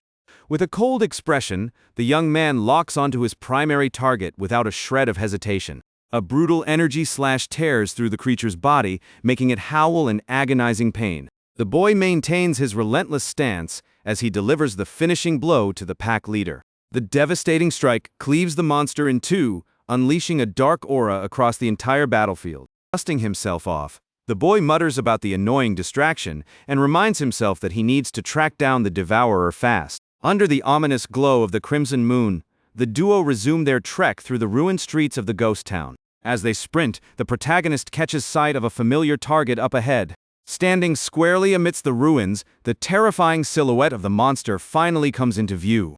The boy yells out, announcing he has found the beast responsible for stealing his friend's shadow. Without a second thought, he hurls a massive dark hand forward, barking that the enemy won't escape this time. The monster notices the incoming assault and begins pooling dense energy into its arm. With a casual flick, The creature completely shatters the youth's attack with its own raw power. The opponent stands completely unfazed in the middle of the street, casually holding his massive weapon. Salt is left completely stunned to see his attack brushed off so effortlessly. Capitalizing on the opening, Akua leaps swiftly toward the beast to keep up the pressure. The warrior drives a blazing kick straight into the monster's neck with all her might. As the dust clears, the boy grows frustrated by their lack of impact, and his ally realizes the power gap between them is astronomical. Goaded into action, the enemy twirls his heavy blade, preparing a devastating counterstrike. The duo is forced to quickly dive away from a destructive shockwave of dark energy that tears up the street. The warrior pieces together that the creature must have devoured an absurd number of human shadows to wield this much power. As he barely dodges the heavy swings, Salt scrambles for a way to overcome this overwhelming disadvantage. She yells that if they combine their shadows, they might actually stand a fighting chance.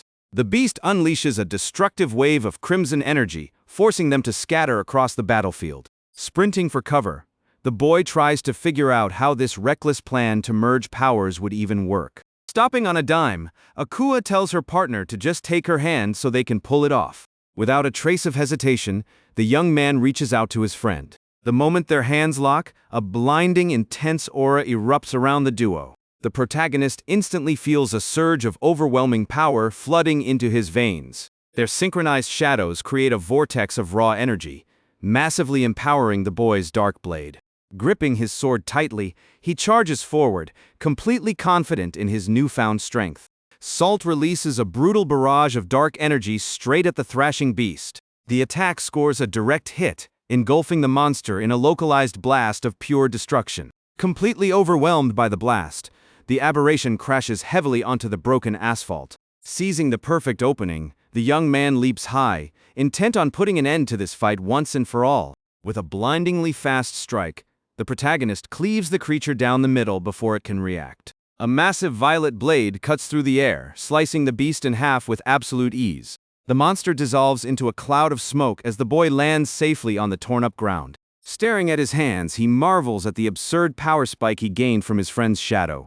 Akua walks over, celebrating the success of their combo, while the boy breathes a sigh of relief over their victory. Moments later, the stolen silhouettes begin to seep out from the dark floor, floating into the air. The girl explains that those shadows will now return safely to their rightful owners. Looking up at the red moon, she notes that once the sky goes back to normal, the portal gateway will open up. Right then, the warrior points upward, drawing her partner's gaze toward the sky. The crimson tint bleeds away entirely, and she confirms that they can finally go home, breathing a sigh of relief. Salt is deeply grateful to finally escape that gloomy realm. Back in the real world, the duo walk quietly through the alleys of the quiet city. Along the way, the boy grows anxious, praying that Rakuna is safe and sound. He thanks her for accompanying him, but she simply shrugs it off, saying it's a veteran's job to look out for a rookie. Suddenly, the warrior halts right in the middle of the sidewalk. She confesses that it felt like she was the one being carried the whole time, but her friend quickly brushes off the notion. The young man firmly insists that he could have never beaten the Shadow Eater on his own. With a soft chuckle, she relents and agrees that it was simply excellent teamwork. He thanks her for all her hard work today, and she bids him goodbye, mentioning she needs to report the incident to headquarters. Before she slips into the shadows, the protagonist calls out, begging her to wait up for a second. Hesitating, the boy brings up the sensitive question he had asked her back in the subway. She stops and turns, giving him her full attention to hear what's truly on his mind. The bitter anxiety about the cruel fate of clones, and whether they have a right to exist at all, haunts him once more. Salt desperately needs an honest answer from someone who shares his burden. Recalling their cut-short talk, she finally grasps the deep sorrow tormenting her companion. She notes flatly that playing second fiddle to the original human is simply the unavoidable fate of a doppelganger. She adds that this reality can never be undone, bringing to light the quiet guilt the boy has been carrying. Because of that weight, she advises him that if he feels remorse, the only real option is to find a way to make amends. At a total loss as to how to move forward, the boy asks how he could ever achieve that. Matter-of-factly, his friend answers that it's a conclusion he will just have to figure out on his own journey through life. Feeling the weight of her advice, the protagonist reflects on the responsibility of owning his choices. Akua extends a lifeline, promising she will always be around to listen whenever the burden gets too heavy to carry. This genuine display of unconditional support brings immense comfort to his restless heart. Without further delay, the warrior leaps onto the rooftops, parting ways until their next mission. The youth waves goodbye, genuinely thankful for all the patience and guidance she gave him. The moment he is left alone, thoughts of the other critical girl in his life spark a sharp wave of anxiety. Sprinting desperately through the deserted streets, he arrives at the pharmacy where he left his friends hidden. The boy bursts through the door out of breath, apologizing profusely for taking so long. Seeing him walk in one piece, Ren lets out a massive sigh of relief that nothing went horribly wrong. Walking inside, the protagonist quickly confirms his blonde friend is unharmed. Right then, panic grips him as he spots Rakuna still unconscious on the waiting room couch. He kneels by her side with trembling knees, silently praying for her to wake up. To his utter delight, her stolen shadow has returned, and she begins to mumble softly. Rakuna finally blinks her eyes open, groggily calling out his name in confusion. Pushing herself up with effort, she looks around completely disoriented, trying to piece together where she is. She asks innocently if she somehow managed to just fall asleep right there. The boy is moved nearly to tears, incredibly thankful that she emerged from the ordeal unscathed. From across the room, Ren watches the protagonist's overly dramatic reaction with growing curiosity. Breaking the heavy mood, his blonde friend rushes over to Rakuna, grabbing her hands to celebrate her waking up. With zero memory of what happened, she is baffled by the fuss, prompting her friend to bring up the monster that jumped them. Salt immediately cuts his friend off to avoid rehashing the trauma for no reason. Ren takes the hint and drops it, realizing it's best not to say anything reckless while she is still so out of it. Suspicious of the glances they are trading, she demands to know what's going on, making both of them visibly sweat.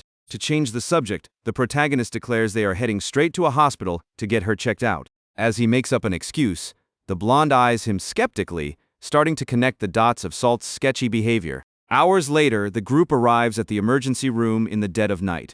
After a thorough checkup, Rakuna thanks the nurse as she steps out of the examination room. Her friend eagerly asks about the results, and she reassures him that she has a clean bill of health. Glancing around, she notices the protagonist is missing, and Ren mentions he randomly ran off to take care of some unfinished business. She notes her gut feeling that he is acting incredibly weird today, and her blonde friend couldn't agree more. Back at the pharmacy, Ren had questioned how his friend intended to retrieve the stolen shadow all by himself.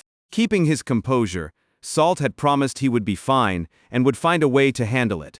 The blonde friend noticed the boy was dodging questions about the monster, making it obvious he knew way more than he let on.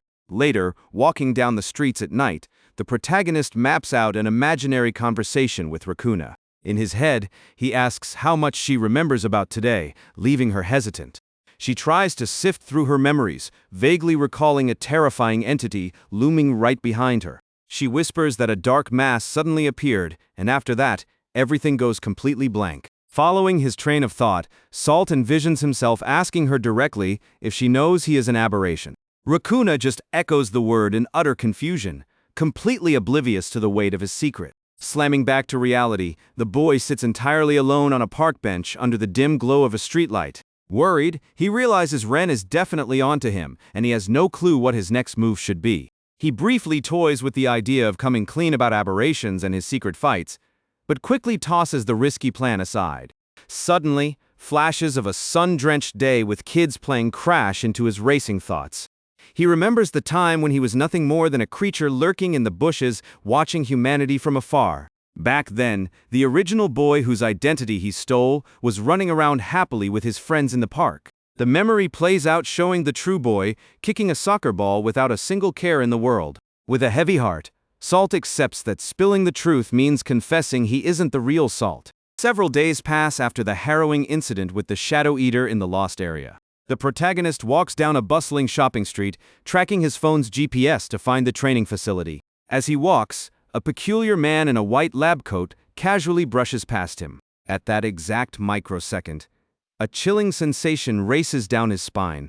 Spooked by the sudden malicious aura, he whips around to pinpoint where it came from. The alleyway is entirely empty, with no trace of the man who just walked by. Checking his phone again, he tries to dismiss the unsettling vibe as a trick of his mind. Up ahead, a specific doorway catches his eye at the end of the block. He stops before a weathered iron door, wondering if he has the right address. Since he was told it would be unlocked, the boy pushes it open and steps into the dark interior. Without hesitation, he heads down a dim, eerie concrete stairwell into the building's basement. Reaching the bottom floor, he calls out a polite greeting and is answered by a gruff male voice. A man wearing glasses logs a greeting while leaning against a gate, puffing a cigarette, and Salt is stunned to recognize him. The man introduces himself formally as Rose, welcoming the rookie to training. The protagonist tries to stay formal, but the veteran instructs him to drop the polite speech.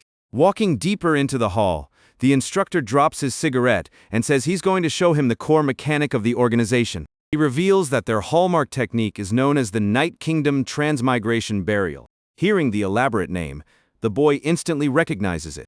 A crystal-clear memory flashes of a veteran operator invoking that exact spell. That was precisely how he was pulled into the shadow world for the very first time. The youth confirms he is familiar with the spell used by the agent who brought him in back then. Rose asks if he has jumped to the Night Kingdom a few times already, and the boy nods, earning a light jab to the chest from the older agent. The instructor states bluntly that if he can't tear open his own gate, he's dead weight to the team. The veteran explains they have to rip through space and seamlessly lock onto the coordinates to breach the alternative dimension. Salt pales when he learns that a minor tracking error can accidentally drop someone into the past or the future. Breaking into a cold sweat, the boy frantically asks how to stabilize a dimensional rift safely. Holding up a glowing blue stone, Rose reveals that this mystical crystal acts as a beacon.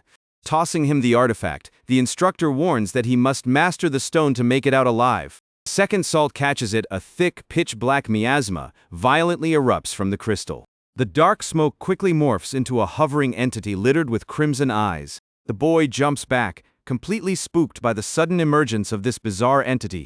Losing his grip out of shock, the stone clatters to the ground as the creature fully manifests. The aberration cackles horribly, making the protagonist back away in pure panic. Perched casually on the stairs, Rose tells his student to stay sharp and makes it clear he is just going to spectate. The multi-eyed creature lunges viciously at the rookie, as the veteran reminds him that hesitating equals death. Unprepared for an immediate deathmatch, the youth screams at the monster to hold on a second. Cut to another sector of town, where dusk settles over a weathered apartment building complex. Steady footsteps echo down a dim hallway as a figure walks toward one of the units. The very same doctor who crossed paths with Salt steps inside, pocketing his shades and announcing his return.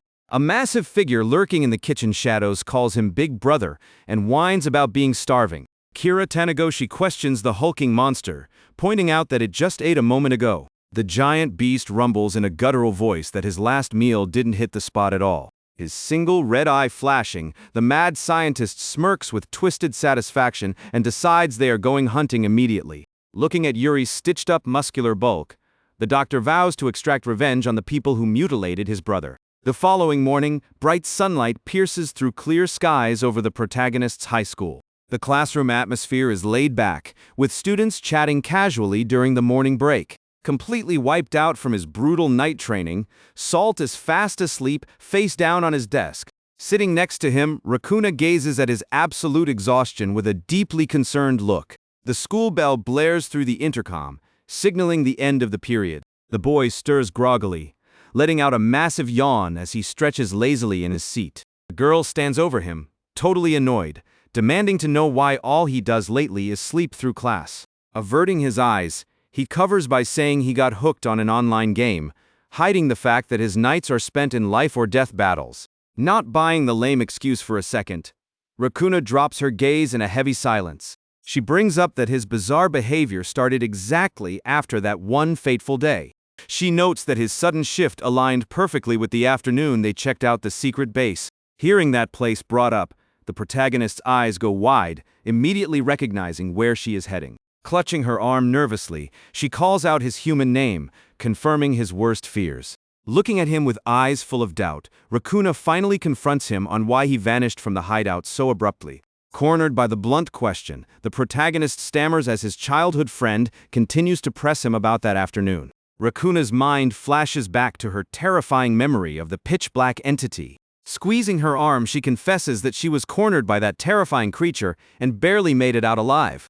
Masking his panic, Salt tries to tell her she was just imagining things from exhaustion and that monsters aren't real, adding that Ren thinks so too. She doesn't buy it for a second, locking eyes with him and calling out his evasive behavior. Growing deeply unsettled, she directly asks if he is keeping secrets from her. The boy slams his hands on his desk and stands up abruptly, loudly deflecting the accusation in an effort to cover his tracks. The sudden outburst causes the entire classroom to go dead silent, with everyone turning to stare at the commotion. Wincing under her gaze, he listens as Rakuna tells him with deep disappointment that he has been acting like a completely different liar lately. Completely tangled up in his own web of lies, the protagonist fumbles and fails to put together a coherent sentence. With no card left to play, he panics, blurts out that he has to use the restroom, and flees the room, ignoring her shouting after him.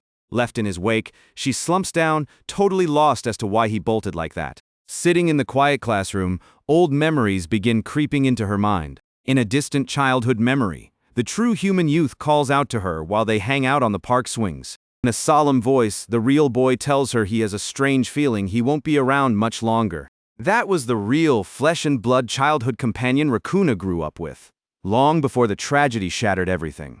Taken aback by the eerie comment, her younger self asks him in fear where he got such a crazy idea. The boy simply gets up from the swing in silence, telling her he's sorry in advance if anything bad happens to him. With that, he had sprinted out of the park, leaving her standing there with her hand reached out. The memory fades back into the present, shifting to Rakuna's home at sunset. She sits isolated in her dark room, completely absorbed in her thoughts, softly whispering his name. The silence is broken when her mother bursts through the door, sobbing hysterically with catastrophic news. Hysterical, the woman screams that the boy has just tragically drowned at sea. Snap back to the classroom. She grips her uniform skirt, remembering the unbearable grief of that traumatic loss. Staring at his current desk, she notes silently how deeply that whole era scarred her.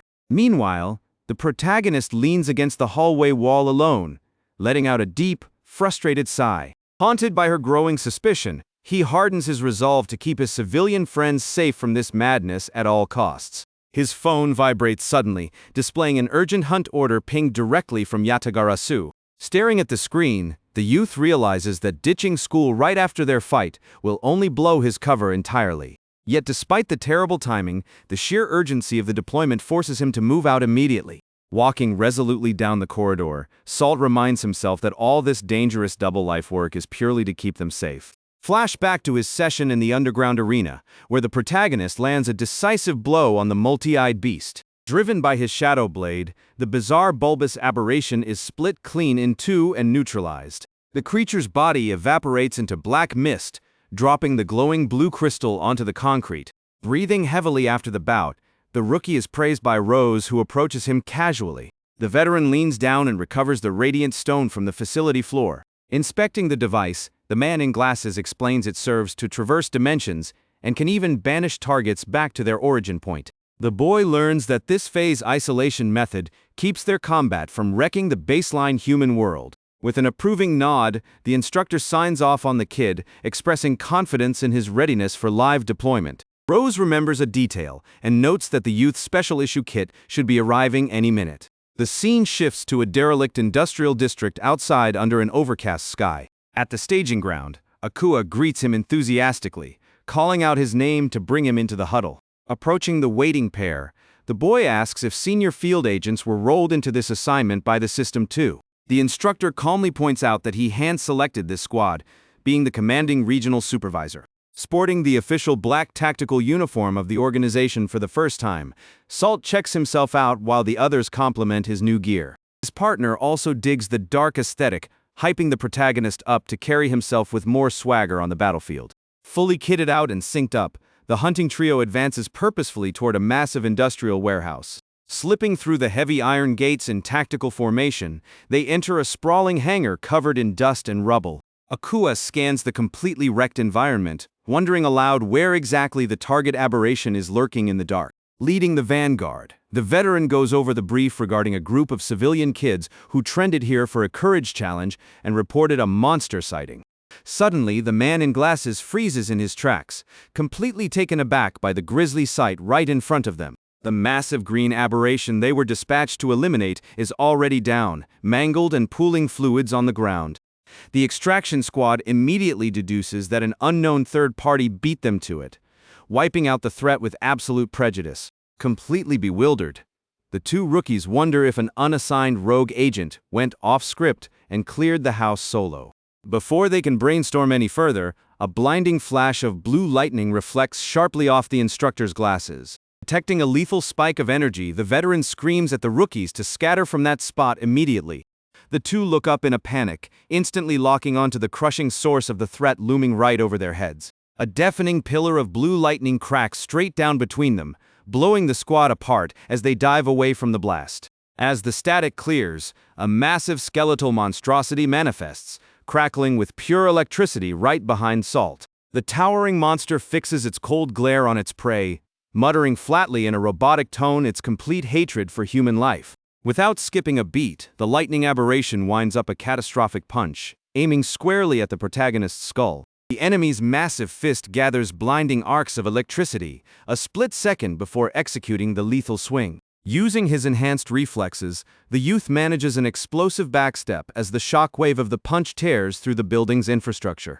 He tries to gauge the astronomical power scale powering that raw energy discharge. The rookie quickly resets into a guard stance, fully aware that a single misstep here means instant death. Pressured by the enemy's presence, the instructor grunts that this bizarre signature is far beyond any standard, lower-tier stray. Right then, Akua struggles to her feet a few yards away, her body still locking up from the residual shock of the opening blast. The skeletal creature locks onto her vulnerability and charges forward like a freight train to obliterate her. The veteran screams her name at the top of his lungs as the colossus closes the gap before she can dodge.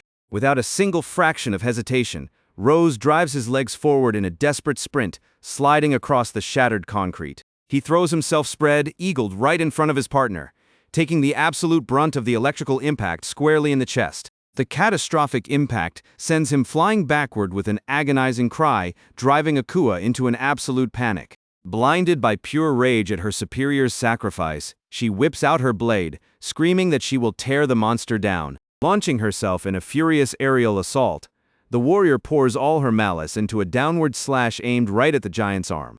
But the beast's kinetic armor detonates a massive electric countershock, instantly engulfing her and blasting her through the air. Following the devastating blast, Akua slams violently onto the hard ground, her body still sparking with residual current.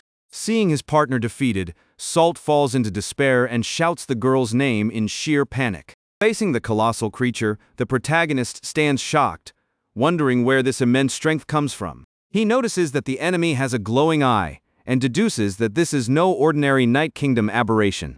Meanwhile, Rose groans as he leans against a pipe, cursing that his body is still numb from taking that blast of ice magic. The soft sound of paws and a gentle meow suddenly break the tension in the ruined warehouse. Confused by the sudden noise in the heat of battle, the boy looks back, trying to pinpoint its source. A small calico cat appears, walking calmly through the debris and beginning to lick its own paw. Without wasting a second, the skeletal monster lunges straight toward the helpless animal. Desperate to stop it, the rookie reaches out his hand and screams at the creature to stop.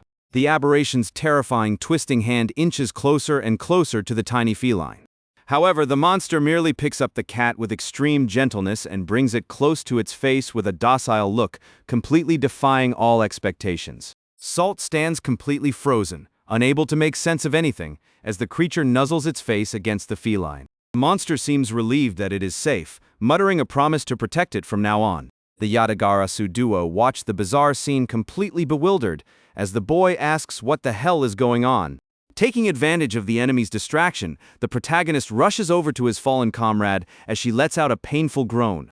He helps Akua up, asking if she's okay, and she confirms that she somehow managed to hold on. Watching the giant with the cat, the boy wonders what it could be, but the fighter admits she doesn't have an answer either. Keeping his eyes locked on the enemy, Salt tries to decipher the true nature of this strange threat. A voice echoes from the rafters of the warehouse, demanding to know what that monster, Yuri, is doing. The rookie immediately steps back into a defensive stance, noticing the presence of a stranger. A scientist in a white coat and sunglasses appears on the upper catwalk, and the boy recognizes him instantly. Salt instantly recalls the organization's strict warning to report back the moment anyone spotted this dangerous man. He whispers to Akua that he saw that exact face on the surveillance monitors back at the Yatagarasu hideout. Still forcing his body through the numbness, Rose pushes himself up and demands to know who the intruder is. The villain ignores the question completely, offering only a smirk. "What are you doing skulking around the portal?" He adjusts his glasses with a mocking sneer. The gray-haired man reveals that this entire operation is nothing more than an experiment. Outraged by the coldness of his response, the veteran repeats the word in complete shock. With a sinister red glow in his eyes, the scientist confirms his plan to flood this rotten world with aberrations and hit the reset button. Suddenly, the blindfolded girl lets out a panicked gasp as a strange sensation washes over her body.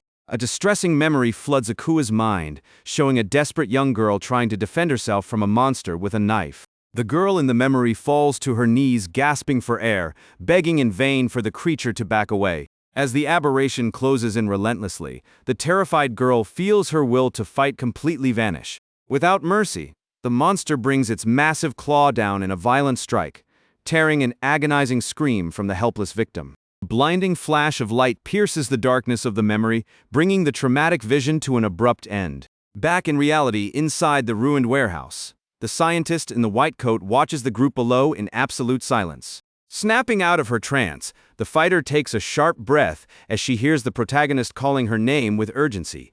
Salt grabs his friend's arm, asking what's wrong, but she can only stammer, completely dazed by the vision. From up on the catwalk, the scientist locks eyes with the blindfolded girl and seems to recognize her. Despite the discovery, he simply turns away, muttering that he has no time to waste dealing with crows right now. The boy tracks the enemy's retreating movements, keeping himself on absolute alert. Calling out to the giant monster by name, the man announces it's time to head back, receiving an obedient grunt from Yuri. The scientist raises his hand, channeling a dark and powerful magical energy that crackles around his fingers. Instantly, a massive, swirling portal of light tears open violently in the middle of the floor. The shockwave of wind from the rift hits the organization trio, and Rose realizes in amazement that it's a gateway. Before the portal can close, intense flames begin to leak dangerously from the cosmic rift. A colossal fist made of pure magma slams into the warehouse floor, sending a wave of scorching heat everywhere. Leaping back from the sudden impact, the protagonist opens his eyes wide, wondering what kind of abomination this is. A gigantic incandescent aberration emerges fully from the rift, illuminating the dark warehouse with its blistering flames. Walking calmly toward the exit, the scientist coldly announces that this fire monster will be taking care of them. Desperate not to let his target escape, the boy reaches out and yells for the villain to wait. However, the creature's overwhelming wave of heat forces the rookie to instinctively cross his arms to protect his face. The flaming giant roars furiously, standing like an impassable wall before the stunned extermination squad.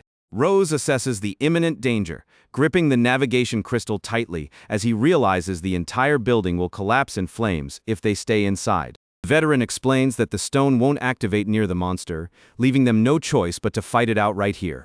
With his shadowy dagger already drawn, Salt tries to stay focused while processing how completely off the rails this mission has gone. The boy's mind pieces everything together, starting with the bizarre sight of a human researcher controlling these beasts. Looking at the glowing beast, he notes that its bizarre aura doesn't match that of standard Night Kingdom monsters. Walking down the escape corridor, the villain smirks sadistically, muttering that allying with humans is utter foolishness. Yuri continues to pet the rescued cat, as the scientist warns him that the group inside isn't even made of real humans. The confident smirk, the gray-haired man challenges the crows of the organization to try and defeat his modified aberration. Back in the arena, the fire monster unleashes a massive torrent of blazing flames straight at the hunters. Sensing the impending blast, the instructor yells for the group to brace themselves. The incandescent explosion rips through the floor with extreme violence, forcing the Yatagarasu members to scatter. Capitalizing on the chaos, the protagonist leaps through the air with agile grace, brandishing his shadow sword. Moviéndose en lo alto, logra esquivar con gracia la primera pared de fuego junto a Akua. The moment his feet hit the ground, the boy realizes the giant's assault is far from over. A second wave of fire surges forward at high speed, cutting off his escape routes. With no time to counter, he summons his dark energy into a makeshift shield, grunting from the intense strain. The shadow defense shatters, and a massive pillar of fire erupts brutally, swallowing the boy whole. Blasted by the destructive impact, Salt is thrown backward and slams violently into the ground. Seeing his student take a heavy hit, Rose steps to the front line, shouting the rookie's name as he takes charge of the fight. Worried to see the veteran charge ahead, Akua nervously asks what his plan is against an opponent they can't even touch. The instructor's hand undergoes a sudden mutation, shredding his sleeve to reveal sharp claws tearing through thick fur. Transforming into an imposing werewolf, the dark-coated man tells the girl to just stand back and watch his true power. Fully giving in to his lupine form, Rose charges furiously at the burning enemy. With an aggressive leap, the veteran drives a powerful strike straight into the blazing giant's chest. Amidst the scorching flames, the werewolf grits his teeth, fighting to sustain the pressure of his assault. However, the overwhelming force of the heat creates a violent backlash that dominates the battlefield. Still flat on the ground, Salt watches his superior's raw strength, deeply impressed by such power. Stepping back, the instructor shakes out his scorched hand, admitting the monster is incredibly tough. Suddenly, a sharp spike of concentrated thermal energy catches the warrior's attention. A sudden burst of fire hits him dead on, forcing him to scramble backward. Realizing a mindless frontal assault won't work, Rose announces he will draw the monster's attention. Without wasting a breath, the werewolf circles the giant at high speed to dodge the massive plumes of fire. Dashing past the rookie, the veteran warns that he can't protect them and tells them to stay alive. Locking his focus back onto the battle, the protagonist realizes the extreme heat is the real issue they need to solve. With that in mind, the boy pulls his black magic into his hand, trying to create an opening for his mentor to strike. Instantly, massive hands woven from pure shadow erupt from the ground, reaching up to bind the creature. But the immediate result of the attack leaves the young warrior completely stunned. The blistering heat of the flaming beast instantly repels Salt's magic, incinerating his shadow hands in a flash. Frustrated by the failed strike, he desperately racks his brain for a new strategy. Akua stumbles over to his side, and the boy warns her that she shouldn't be on her feet in her condition. The blindfolded girl refuses to back down, suggesting they combine their powers instead.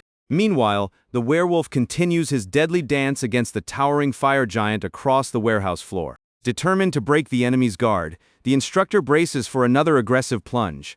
However, a massive wave of heat hits the veteran head-on, forcing him to cross his arms in defense. Suddenly, thick tentacles of pure darkness surge from the floor, wrapping tightly around the blazing beast's legs. Gigantic shadow arms fused with a vibrant blue energy pin the monster from behind, locking it in place. Channeling this combined power, Salt yells out that this is the instructor's perfect chance to strike.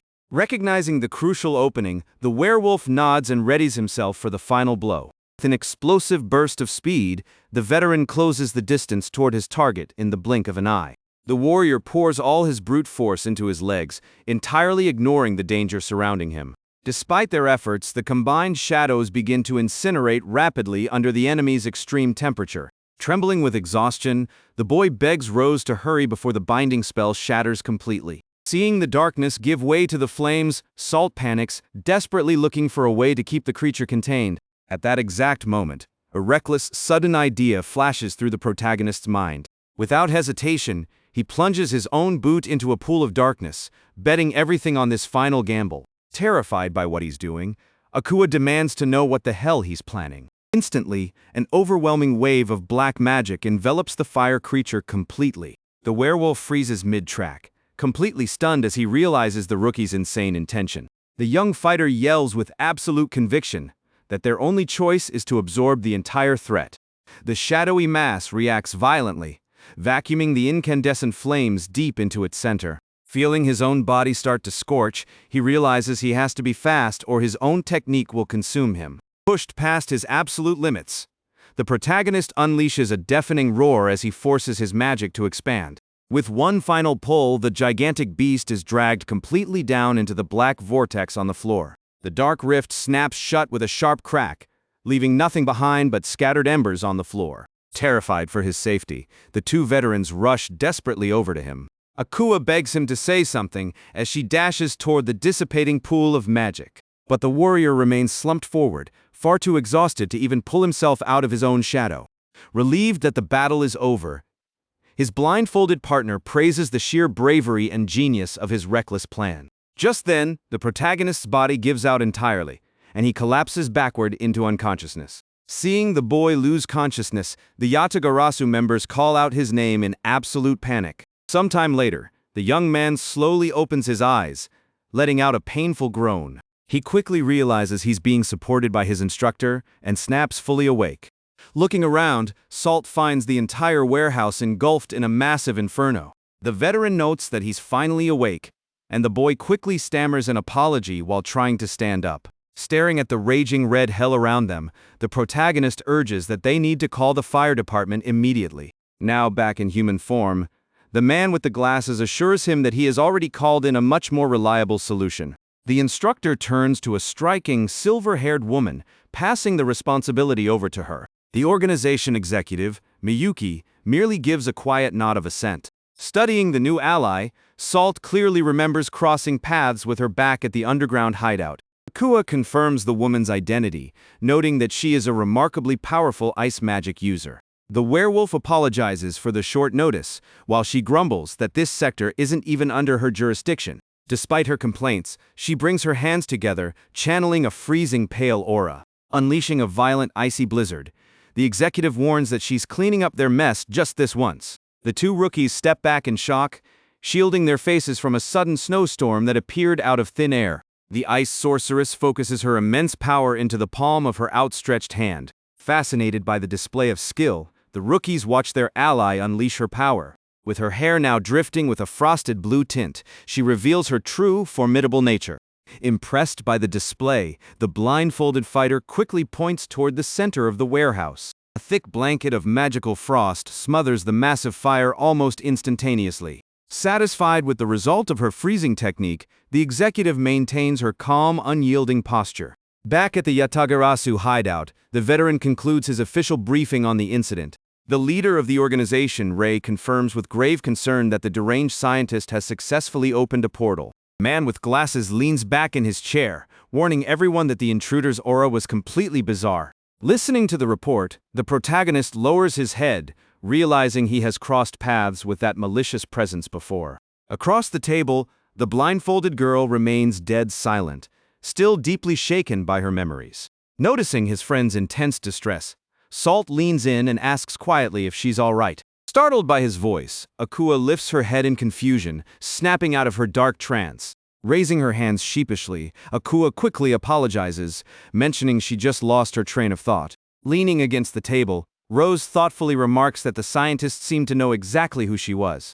The blindfolded fighter lowers her head stiffly, beginning to validate the veteran's suspicion. The memory of the researcher's sickening smile flashes vividly and disturbingly in her mind. Curious about the revelation, Salt asks point-blank if that was the man who had captured her in the past. The direct question catches his partner off guard, making her hesitate for a moment. Trying to find the right words, she struggles to open her mouth. Finally, the young woman confesses that it was, steeling herself to reveal the truth about her origins.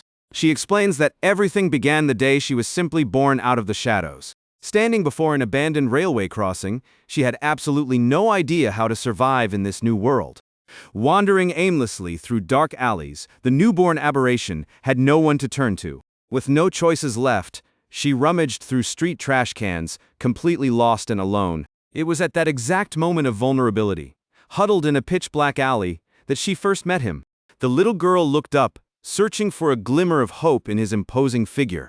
Seeing the scientist's outstretched hand illuminated by the twilight, she ultimately accepted his invitation. Taking the stranger's hand, she bought into his sweet words and agreed to leave with him.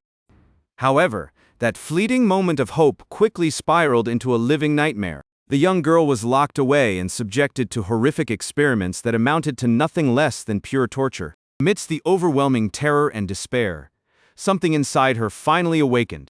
Through that severe trauma, she learned to manifest and command the volatile energy of shadows. Following that violent awakening, her existence was reduced to an endless cycle of brutal death matches. The scientist forced the young girl to fight all sorts of monsters, while he simply sat back and recorded the data. Even after being let out of her cage, she kept fighting under his orders because she knew no other way to exist.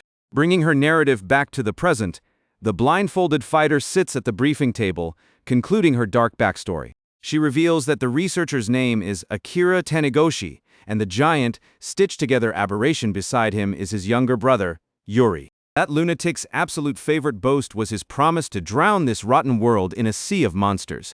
Hearing the tale, the werewolf growls in irritation, noting that the scumbag who abused their comrade has some dangerously massive ambitions. The protagonist then gently asks how she managed to break free from such a horrific situation. Clutching her skirt tightly, she confesses that she never ran away.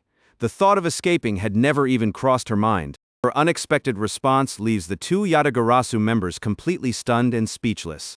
In her memories, the researcher constantly manipulated her inside the cage, drilling into her that humans were dangerous and that aberrations had to exterminate them. The girl explains that she was told this so many times that she ended up completely brainwashed. When the protagonist asks what finally made her change, she smiles faintly, saying it was all thanks to someone she met. Flashback to the past, the doppelganger lay collapsed and utterly exhausted on a cold concrete floor. Suddenly, a young, worried voice called out to her, causing her to open her eyes in a panic. It was Ren Sano, still in his school uniform, asking if she was okay. The blonde boy knelt down calmly beside her battered frame, trying to offer help. Instead, she suddenly bolted upright, giving the student quite a scare. Driven purely by survival instincts, she scrambled backward, bracing herself for a fight. With his hands raised, the human tried to de-escalate, telling her there was no need to panic. The aberration's mind immediately flooded with the scientist's lies about humans being nothing but foolish, savage creatures. Consumed by that conditioning, she flared her powerful magical aura all around her body. Seeing a sinister light manifest out of nowhere, Ren took a step back, completely out of his depth. Locking her eyes onto him, she fell into a combat stance, identifying the civilian as a target to be eliminated. But before she could strike, her heavily injured body suffered a sudden, violent wave of fatigue. With no energy left to sustain her magic, she simply collapsed forward while the student raised his arms to protect himself. The young girl lost consciousness completely, falling hard against the steps. The human dropped his defensive stance, staring at the scene in utter bewilderment. Looking down at the unconscious girl, he could only wonder what the hell was going on. Later that night, the city lights cast a glow over an abandoned bus parked on an isolated lot. Inside the vehicle, the blindfolded fighter was resting quietly across the back seats. Carrying a few plastic convenience bags, Ren stepped into the bus and noticed she had finally woken up. Hearing his voice, the girl bolted upright, shrinking defensively into the corner of the seat. The blonde held out a bottle of water, telling her to relax because he wasn't going to hurt her. Even with his kindness, the aberration stayed pinned to the spot, glaring at the water with intense suspicion. Ignoring her hostility, the boy knelt down to unpack the bags, mentioning he brought some rice balls and sweets. Right on cue, her empty stomach growled loudly, embarrassingly giving away just how hungry she was. Smiling, the student offered her a sweet bun and gently asked if her injuries were still hurting badly. Taking the food hesitantly, she processed his unexpected kindness before finally breaking the tense silence. She asked in a soft, quiet voice why he was going out of his way to do all this for her. Unwrapping his own rice ball, the human smiled in relief, keeping his eyes downcast as he noted she could finally speak. The girl guiltily remembered that she had literally tried to attack him just hours earlier.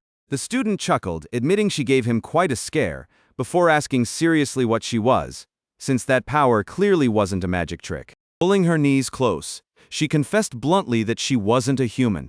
Narrating back in the present, the fighter reveals that after that fateful conversation, the boy continued to look after her for a long time. As days bled into weeks, their routine in the abandoned bus evolved into sharing simple everyday meals. Bringing over a steaming cup, the blonde cheerfully announced he'd boiled some water and the instant noodles were ready. While she happily ate the hot food, the student kept trying his best to understand the enigmatic race of doppelgangers. Sitting face to face, he found it mind-blowing that a completely random, free human existed out there, with a face identical to hers. She recalls that the more time she spent by his side, the more her deep-seated fear of humanity simply melted away. With a warm smile, Ren told her he didn't care what she was and just asked her to stop being so utterly terrified of the world. The genuine kindness in his words touched the aberration deeply, leaving her completely speechless. With that, the human stood up and slung his backpack over his shoulder, mentioning he had to head out to school. As he walked down the bus aisle, He casually dropped that he was transferring to a new school the next day and wouldn't be coming back. The sudden farewell hit her like a total bombshell, leaving her frozen and completely shell-shocked in her seat. The student gave a calm goodbye wave, telling her to take good care of herself. And just like that, as abruptly as he had entered her life, he walked out of it. Still reeling from his departure, she noticed a black notebook left behind on the seat next to her. Panicked, she dashed to the bus door, trying to call after him before he vanished from sight completely. A quick note scribbled inside the notebook mentioned that the information within might help her survive. Standing alone outside, Akua made a silent vow never to step foot in that lab again. Entirely free from Akira's brainwashing, she began navigating the city on her own terms. During her travels, the former captive stumbled upon a recruitment flyer stamped with a distinct crow emblem. Following the lead, she tracked it down to a sleek hideout, where she found a man relaxing by the bar.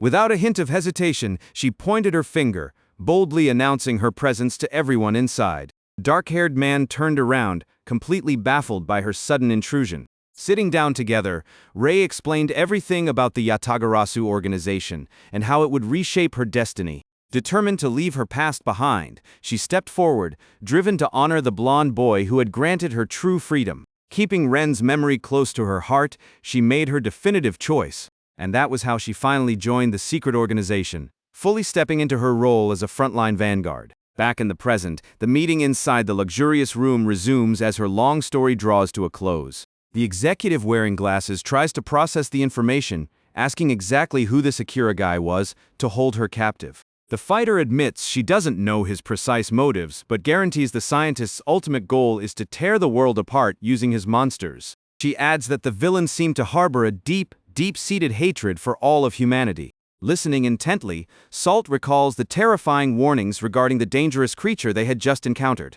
Visions of a post-apocalyptic future, overrun by a slaughterhouse of giant aberrations, flash heavily across his mind. Connecting the dots, the protagonist asks if this researcher was the core catalyst behind the entire timeline catastrophe. Resting his chin in his hand, Rose thoughtfully comments that the name doesn't sound entirely unfamiliar to him. The instructor's statement immediately hooks the full attention of the two rookies at the table. The veteran explains that the man used to be employed at a legacy research institute. The man with the glasses quickly recalls the outfit, confirming that their biological front was a cover for monster weaponization experiments. The protagonist is genuinely shocked to discover that humans were actively running research initiatives on the existence of these entities. The leader of Yatagarasu confirms the project was ultimately terminated, noting that humanity was simply trying to find a way to strike back. He explains that the classified group was stood up precisely to counter the shadowy threat looming over the world.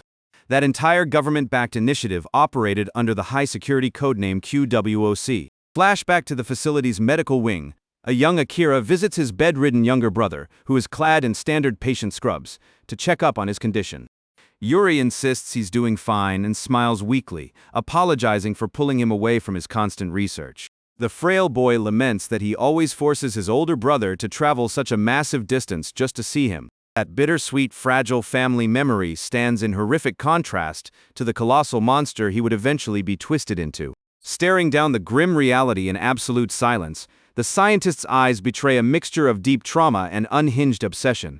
Gasping for breath, he clutches his head, trying desperately to regain his emotional composure inside the dark room. Huddled alone in the dim room, the man shrinks back into his chair, utterly refusing to accept the destruction of his family. A framed photo captures a happier past with Yuri and their cat, while a faint apology echoes through the room, snapping back to their decrepit hideout in the present day. The researcher keeps working, completely tuning out the chaotic mess piling up behind him. The massive, heavily stitched monster sits quietly on the floor, focusing all his attention on the little cat wandering around the room. Waving a plush toy with childlike enthusiasm, he tries his best to play with the nimble little animal, creating a bizarre sight. The scientist sits down on the floor, greeted by a soft, tiny meow from the feline. Walking over to the massive aberration, the human warmly suggests his brother should at least pick out a proper name for the pet. As his older brother walks away, the creature grunts thoughtfully, trying to process the concept of naming his new companion. The scientist resumes his solitary stroll down the bleak, depressing corridors of the isolated facility. Reviewing the current situation, the villain calmly notes that his opponents actually managed to take down the flame golem. Stopping before a massive glowing green tank, He declares that it doesn't matter how many monsters get destroyed along the way. Floating inside the bubbling fluid, a horrific sharp-fanged aberration awaits the exact moment of its deployment. Adjusting his glasses with a dark sneer, the research mastermind boasts that this entire world will soon meet its end. Far from the suffocating underground lab, a tranquil sunset washes over the city skyline. Sprinting down the empty school hallways, Salt hurries to make sure he isn't late for his rendezvous. The boy darts through the school gates at full speed, trying to shave off every second. Suddenly, a familiar voice echoes across the courtyard, calling out for him to wait up. Accompanied by Rakuna, the blonde boy blocks his path, asking why on earth he's in a massive rush every single day. Caught red-handed, the protagonist stammers, quickly making up an excuse about a limited-time gaming tournament he can't miss. Without leaving any room for interrogation, he takes off, yelling over his shoulder that he'll fill them in tomorrow. Watching his friend disappear, Ren sighs, deeply disappointed that he keeps constantly blowing the group off. Taking advantage of the sudden privacy, the girl tries to steer the conversation back to an unresolved topic they discussed earlier. Taking a bite out of his snack, the student asks if she's talking about what happened the day they visited the hospital. The memory shifts to a quiet afternoon where the boy had casually brought up whether she knew anything about aberrations. The flashback cuts to the exact moment the blonde confessed to rescuing one of those very girls years ago. The sudden revelation had left Rakuna standing completely bewildered in the middle of the street. Back in the schoolyard, she demands the full story, deeply suspicious that both of them are harboring some highly dangerous secrets. Backed into a corner, the student breaks into a cold sweat, desperately trying to laugh it off and escape the intense interrogation. Frustrated by his constant evasiveness, she snaps, accusing the duo of always keeping her completely in the dark. The boy waves his hands frantically in a desperate, futile attempt to pacify his furious friend, but she isn't buying any excuses. Rakuna suddenly spins around, declaring that she's going to unearth the truth all on her own. She storms down the corridor in a furious huff, completely ignoring her friend's frantic calls to stop. Left alone in the courtyard, Ren lets out a heavy sigh, deeply worried about where her reckless impulsiveness might lead. As darkness blankets the desolate district, Salt checks his phone notifications while waiting for his instructor. Protagonist finds Rose's delay a bit unusual, but handles it with confidence, knowing he arrived at the exact designated spot. A blood-curdling scream suddenly shatters the silence of the dark alley, throwing the boy into high alert. Relying on his operative training, he moves out at high speed toward the source of the distress cry. Rounding the corner, he spots a blindfolded monster brutally crushing a helpless victim pinned to the pavement. Faced with the threat, Salt instantly freezes in horror as he recognizes the exact same stealthy creature that had nearly ended his life before. Catching the blindfolded creature's attention, the protagonist points a trembling finger in absolute shock as the full scope of the threat sinks in. The monster turns around in confusion while the victim begs for help, warning him about the aberration from the kingdom of night. Over there, other identical creatures lock their eyes on the boy, and he realizes the monsters are looking to devour him.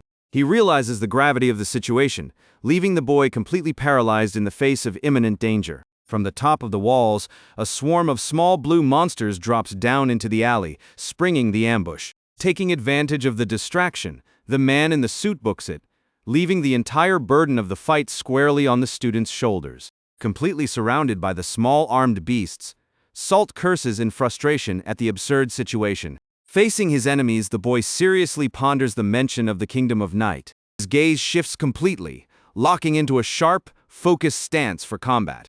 Using his advanced magic, he invokes transposition, creating a glowing portal beneath the city sky. The blue aberrations let out ear-piercing roars, preparing to pack attack. Without wasting a single second, the boy materializes a powerful shadow aura from his hands. Swinging a giant scythe of pure darkness, he brutally slices through the little monsters, scattering energy into the air. Landing firmly on the asphalt, the protagonist warns them that not a single one will make it out alive. Suddenly, one of the surviving enemies is blindsided from behind and lets out a painful grunt. Following up on his attack, he leaps forward and delivers a vertical slash with his shadow dagger, taking off another beast's head. Out of the corner of his eye, he catches a glimpse of critical damage bursting from a nearby enemy. The boy turns his head in surprise, realizing he isn't fighting alone in the alley anymore. Leaping through the air, Akua appears, finishing off one of the creatures with breathtaking agility. With a battle cry, the girl slices right through the monster using her blue energy blade.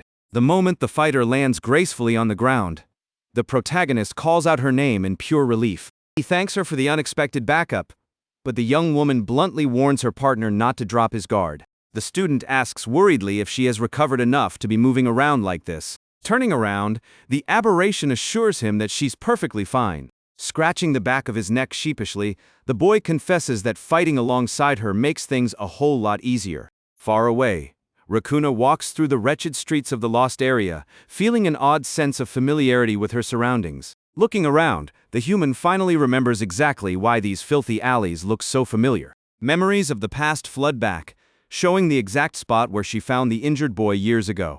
Growing suspicious of his excuse about the video game event, the young woman wonders what her friend is truly hiding. But right then, a nearby noise snaps her out of her thoughts. Peering down the dark alleyway, Rakuna notices the shape of a small animal. A tabby cat wearing a red collar meows softly, catching her attention. The feline approaches, affectionately rubbing its head against the student's legs. Noticing the collar, the human quickly figures out that the cat belongs to someone. Crouching down, she asks sweetly if the little guy is lost. The animal turns around and starts pacing away, piquing the girl's curiosity. Without a second thought, Rakuna follows the feline through the alleys, calling for it to wait. Reaching a fork in the path, the student stops in confusion, having lost sight of the cat. Suddenly, the loud sound of a violent clash makes her jump in fright.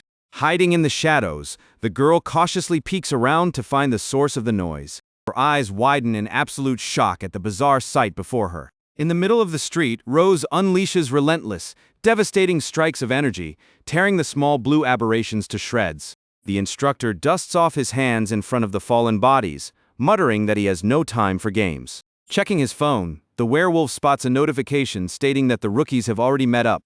Terrified by the sight of the slaughtered monsters, Rakuna covers her mouth, trying to process what is happening. Holding her device, the fighter notifies Rose that the job is done and their mission is finished for the day. Walking casually down the alley, she surprises her partner by suggesting they grab a bite to eat together. The boy cracks a warm smile and immediately accepts the offer. Walking side by side down the nighttime street, the protagonist asks his partner what she's in the mood for. Shortly after, the two step into a cozy restaurant that stands in stark contrast to the surrounding squalor of the lost area. The girl casually mentions that the owner of the joint is a pigeon aberration, leaving Salt completely incredulous. Sitting at the table, the young woman takes a massive bite out of a slice of pizza oozing with melted cheese. With an excited smile, she praises the wonderful combination of flavors, while her friend chuckles at the sight. Confused by his laughter, the girl asks if she said something silly, and the boy admits he just couldn't picture her eating something like that.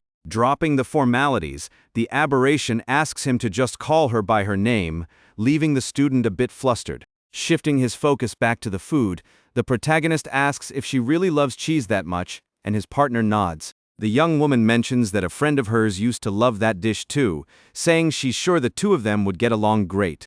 The young woman tries to recall that connection. A soft, nostalgic smile spreads across the fighter's face. Watching his partner chew, Salt blurted out without thinking, asking if she ever takes off her blindfold, even when eating. The girl naturally touches the cloth over her face, while the boy frantically apologizes for prying.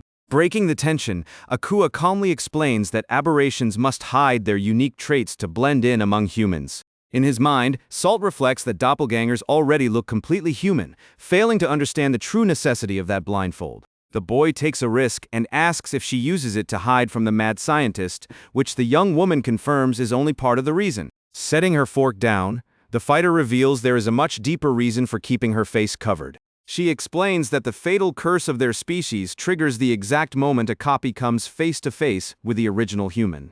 The girl breaks down how the blindfold prevents eye contact and recognition, keeping the original from being cursed if their paths ever cross. Looking down at her food, she admits she wants to minimize any chance of harming an innocent bystander. Proudly, the young woman declares that the mask is also a symbol of her duty to protect people through the organization. Clenching her fist tightly, her partner pauses for a brief moment, radiating pure determination. All that empathy and the sheer weight of her sacrifice leave the protagonist completely stunned at the table. Cracking a gentle smile, Akua affectionately states that she feels no need to hide who she is when she's around Salt. Back in the dark alley, Rakuna keeps watching the werewolf from a distance, curious about his true identity. Suddenly, the Yatagarasu instructor snaps his head toward the shadows with a stern expression, looking directly at her hiding spot.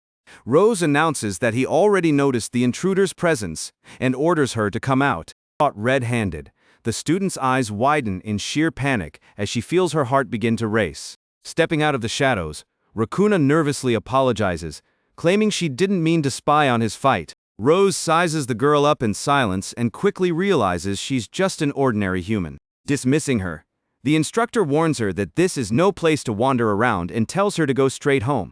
As the werewolf turns to leave, the student hesitates before calling out to him. Stealing her resolve, the young woman stares at the man's back and asks who exactly he is. The instructor glances over his shoulder, warning her that while curiosity is fine, crossing certain lines comes with a hefty price tag. Flashing a menacing, glowing glare, he coldly adds that it might just end up costing her her life. The sheer weight of that dark threat leaves Rakuna completely frozen in the middle of the alley. The moment she snaps out of it, she bolts forward in desperation, begging the stranger to wait. But it's already too late. Standing alone, the student notices that the man has completely vanished. Frustrated by his escape, the human sighs, deeply regretting that she couldn't discover anything of substance. Even so, she grips the edge of her skirt, instinctively feeling that something massive is unfolding in the city. The girl finally accepts that aberrations are real, and she is absolutely certain that Salt knows about them. Heading back on her way, she walks alongside the cat, concluding that everyone is hiding secrets. Just then, the feline lets out a pampered meow, and the student kneels down with a smile, recognizing the little animal from earlier. Trying to be friendly, she reaches her hand out to the animal and gently asks if it's hungry. As she rummages through her bag looking for food, a massive shadow suddenly looms over her entire body. Behind her, the stitched monster towers menacingly and mutters that it has finally found her. The girl's blood runs ice cold as she turns her head in absolute terror at the bizarre presence. However, the monster tilts its head in sheer confusion as it inspects the human's face up close.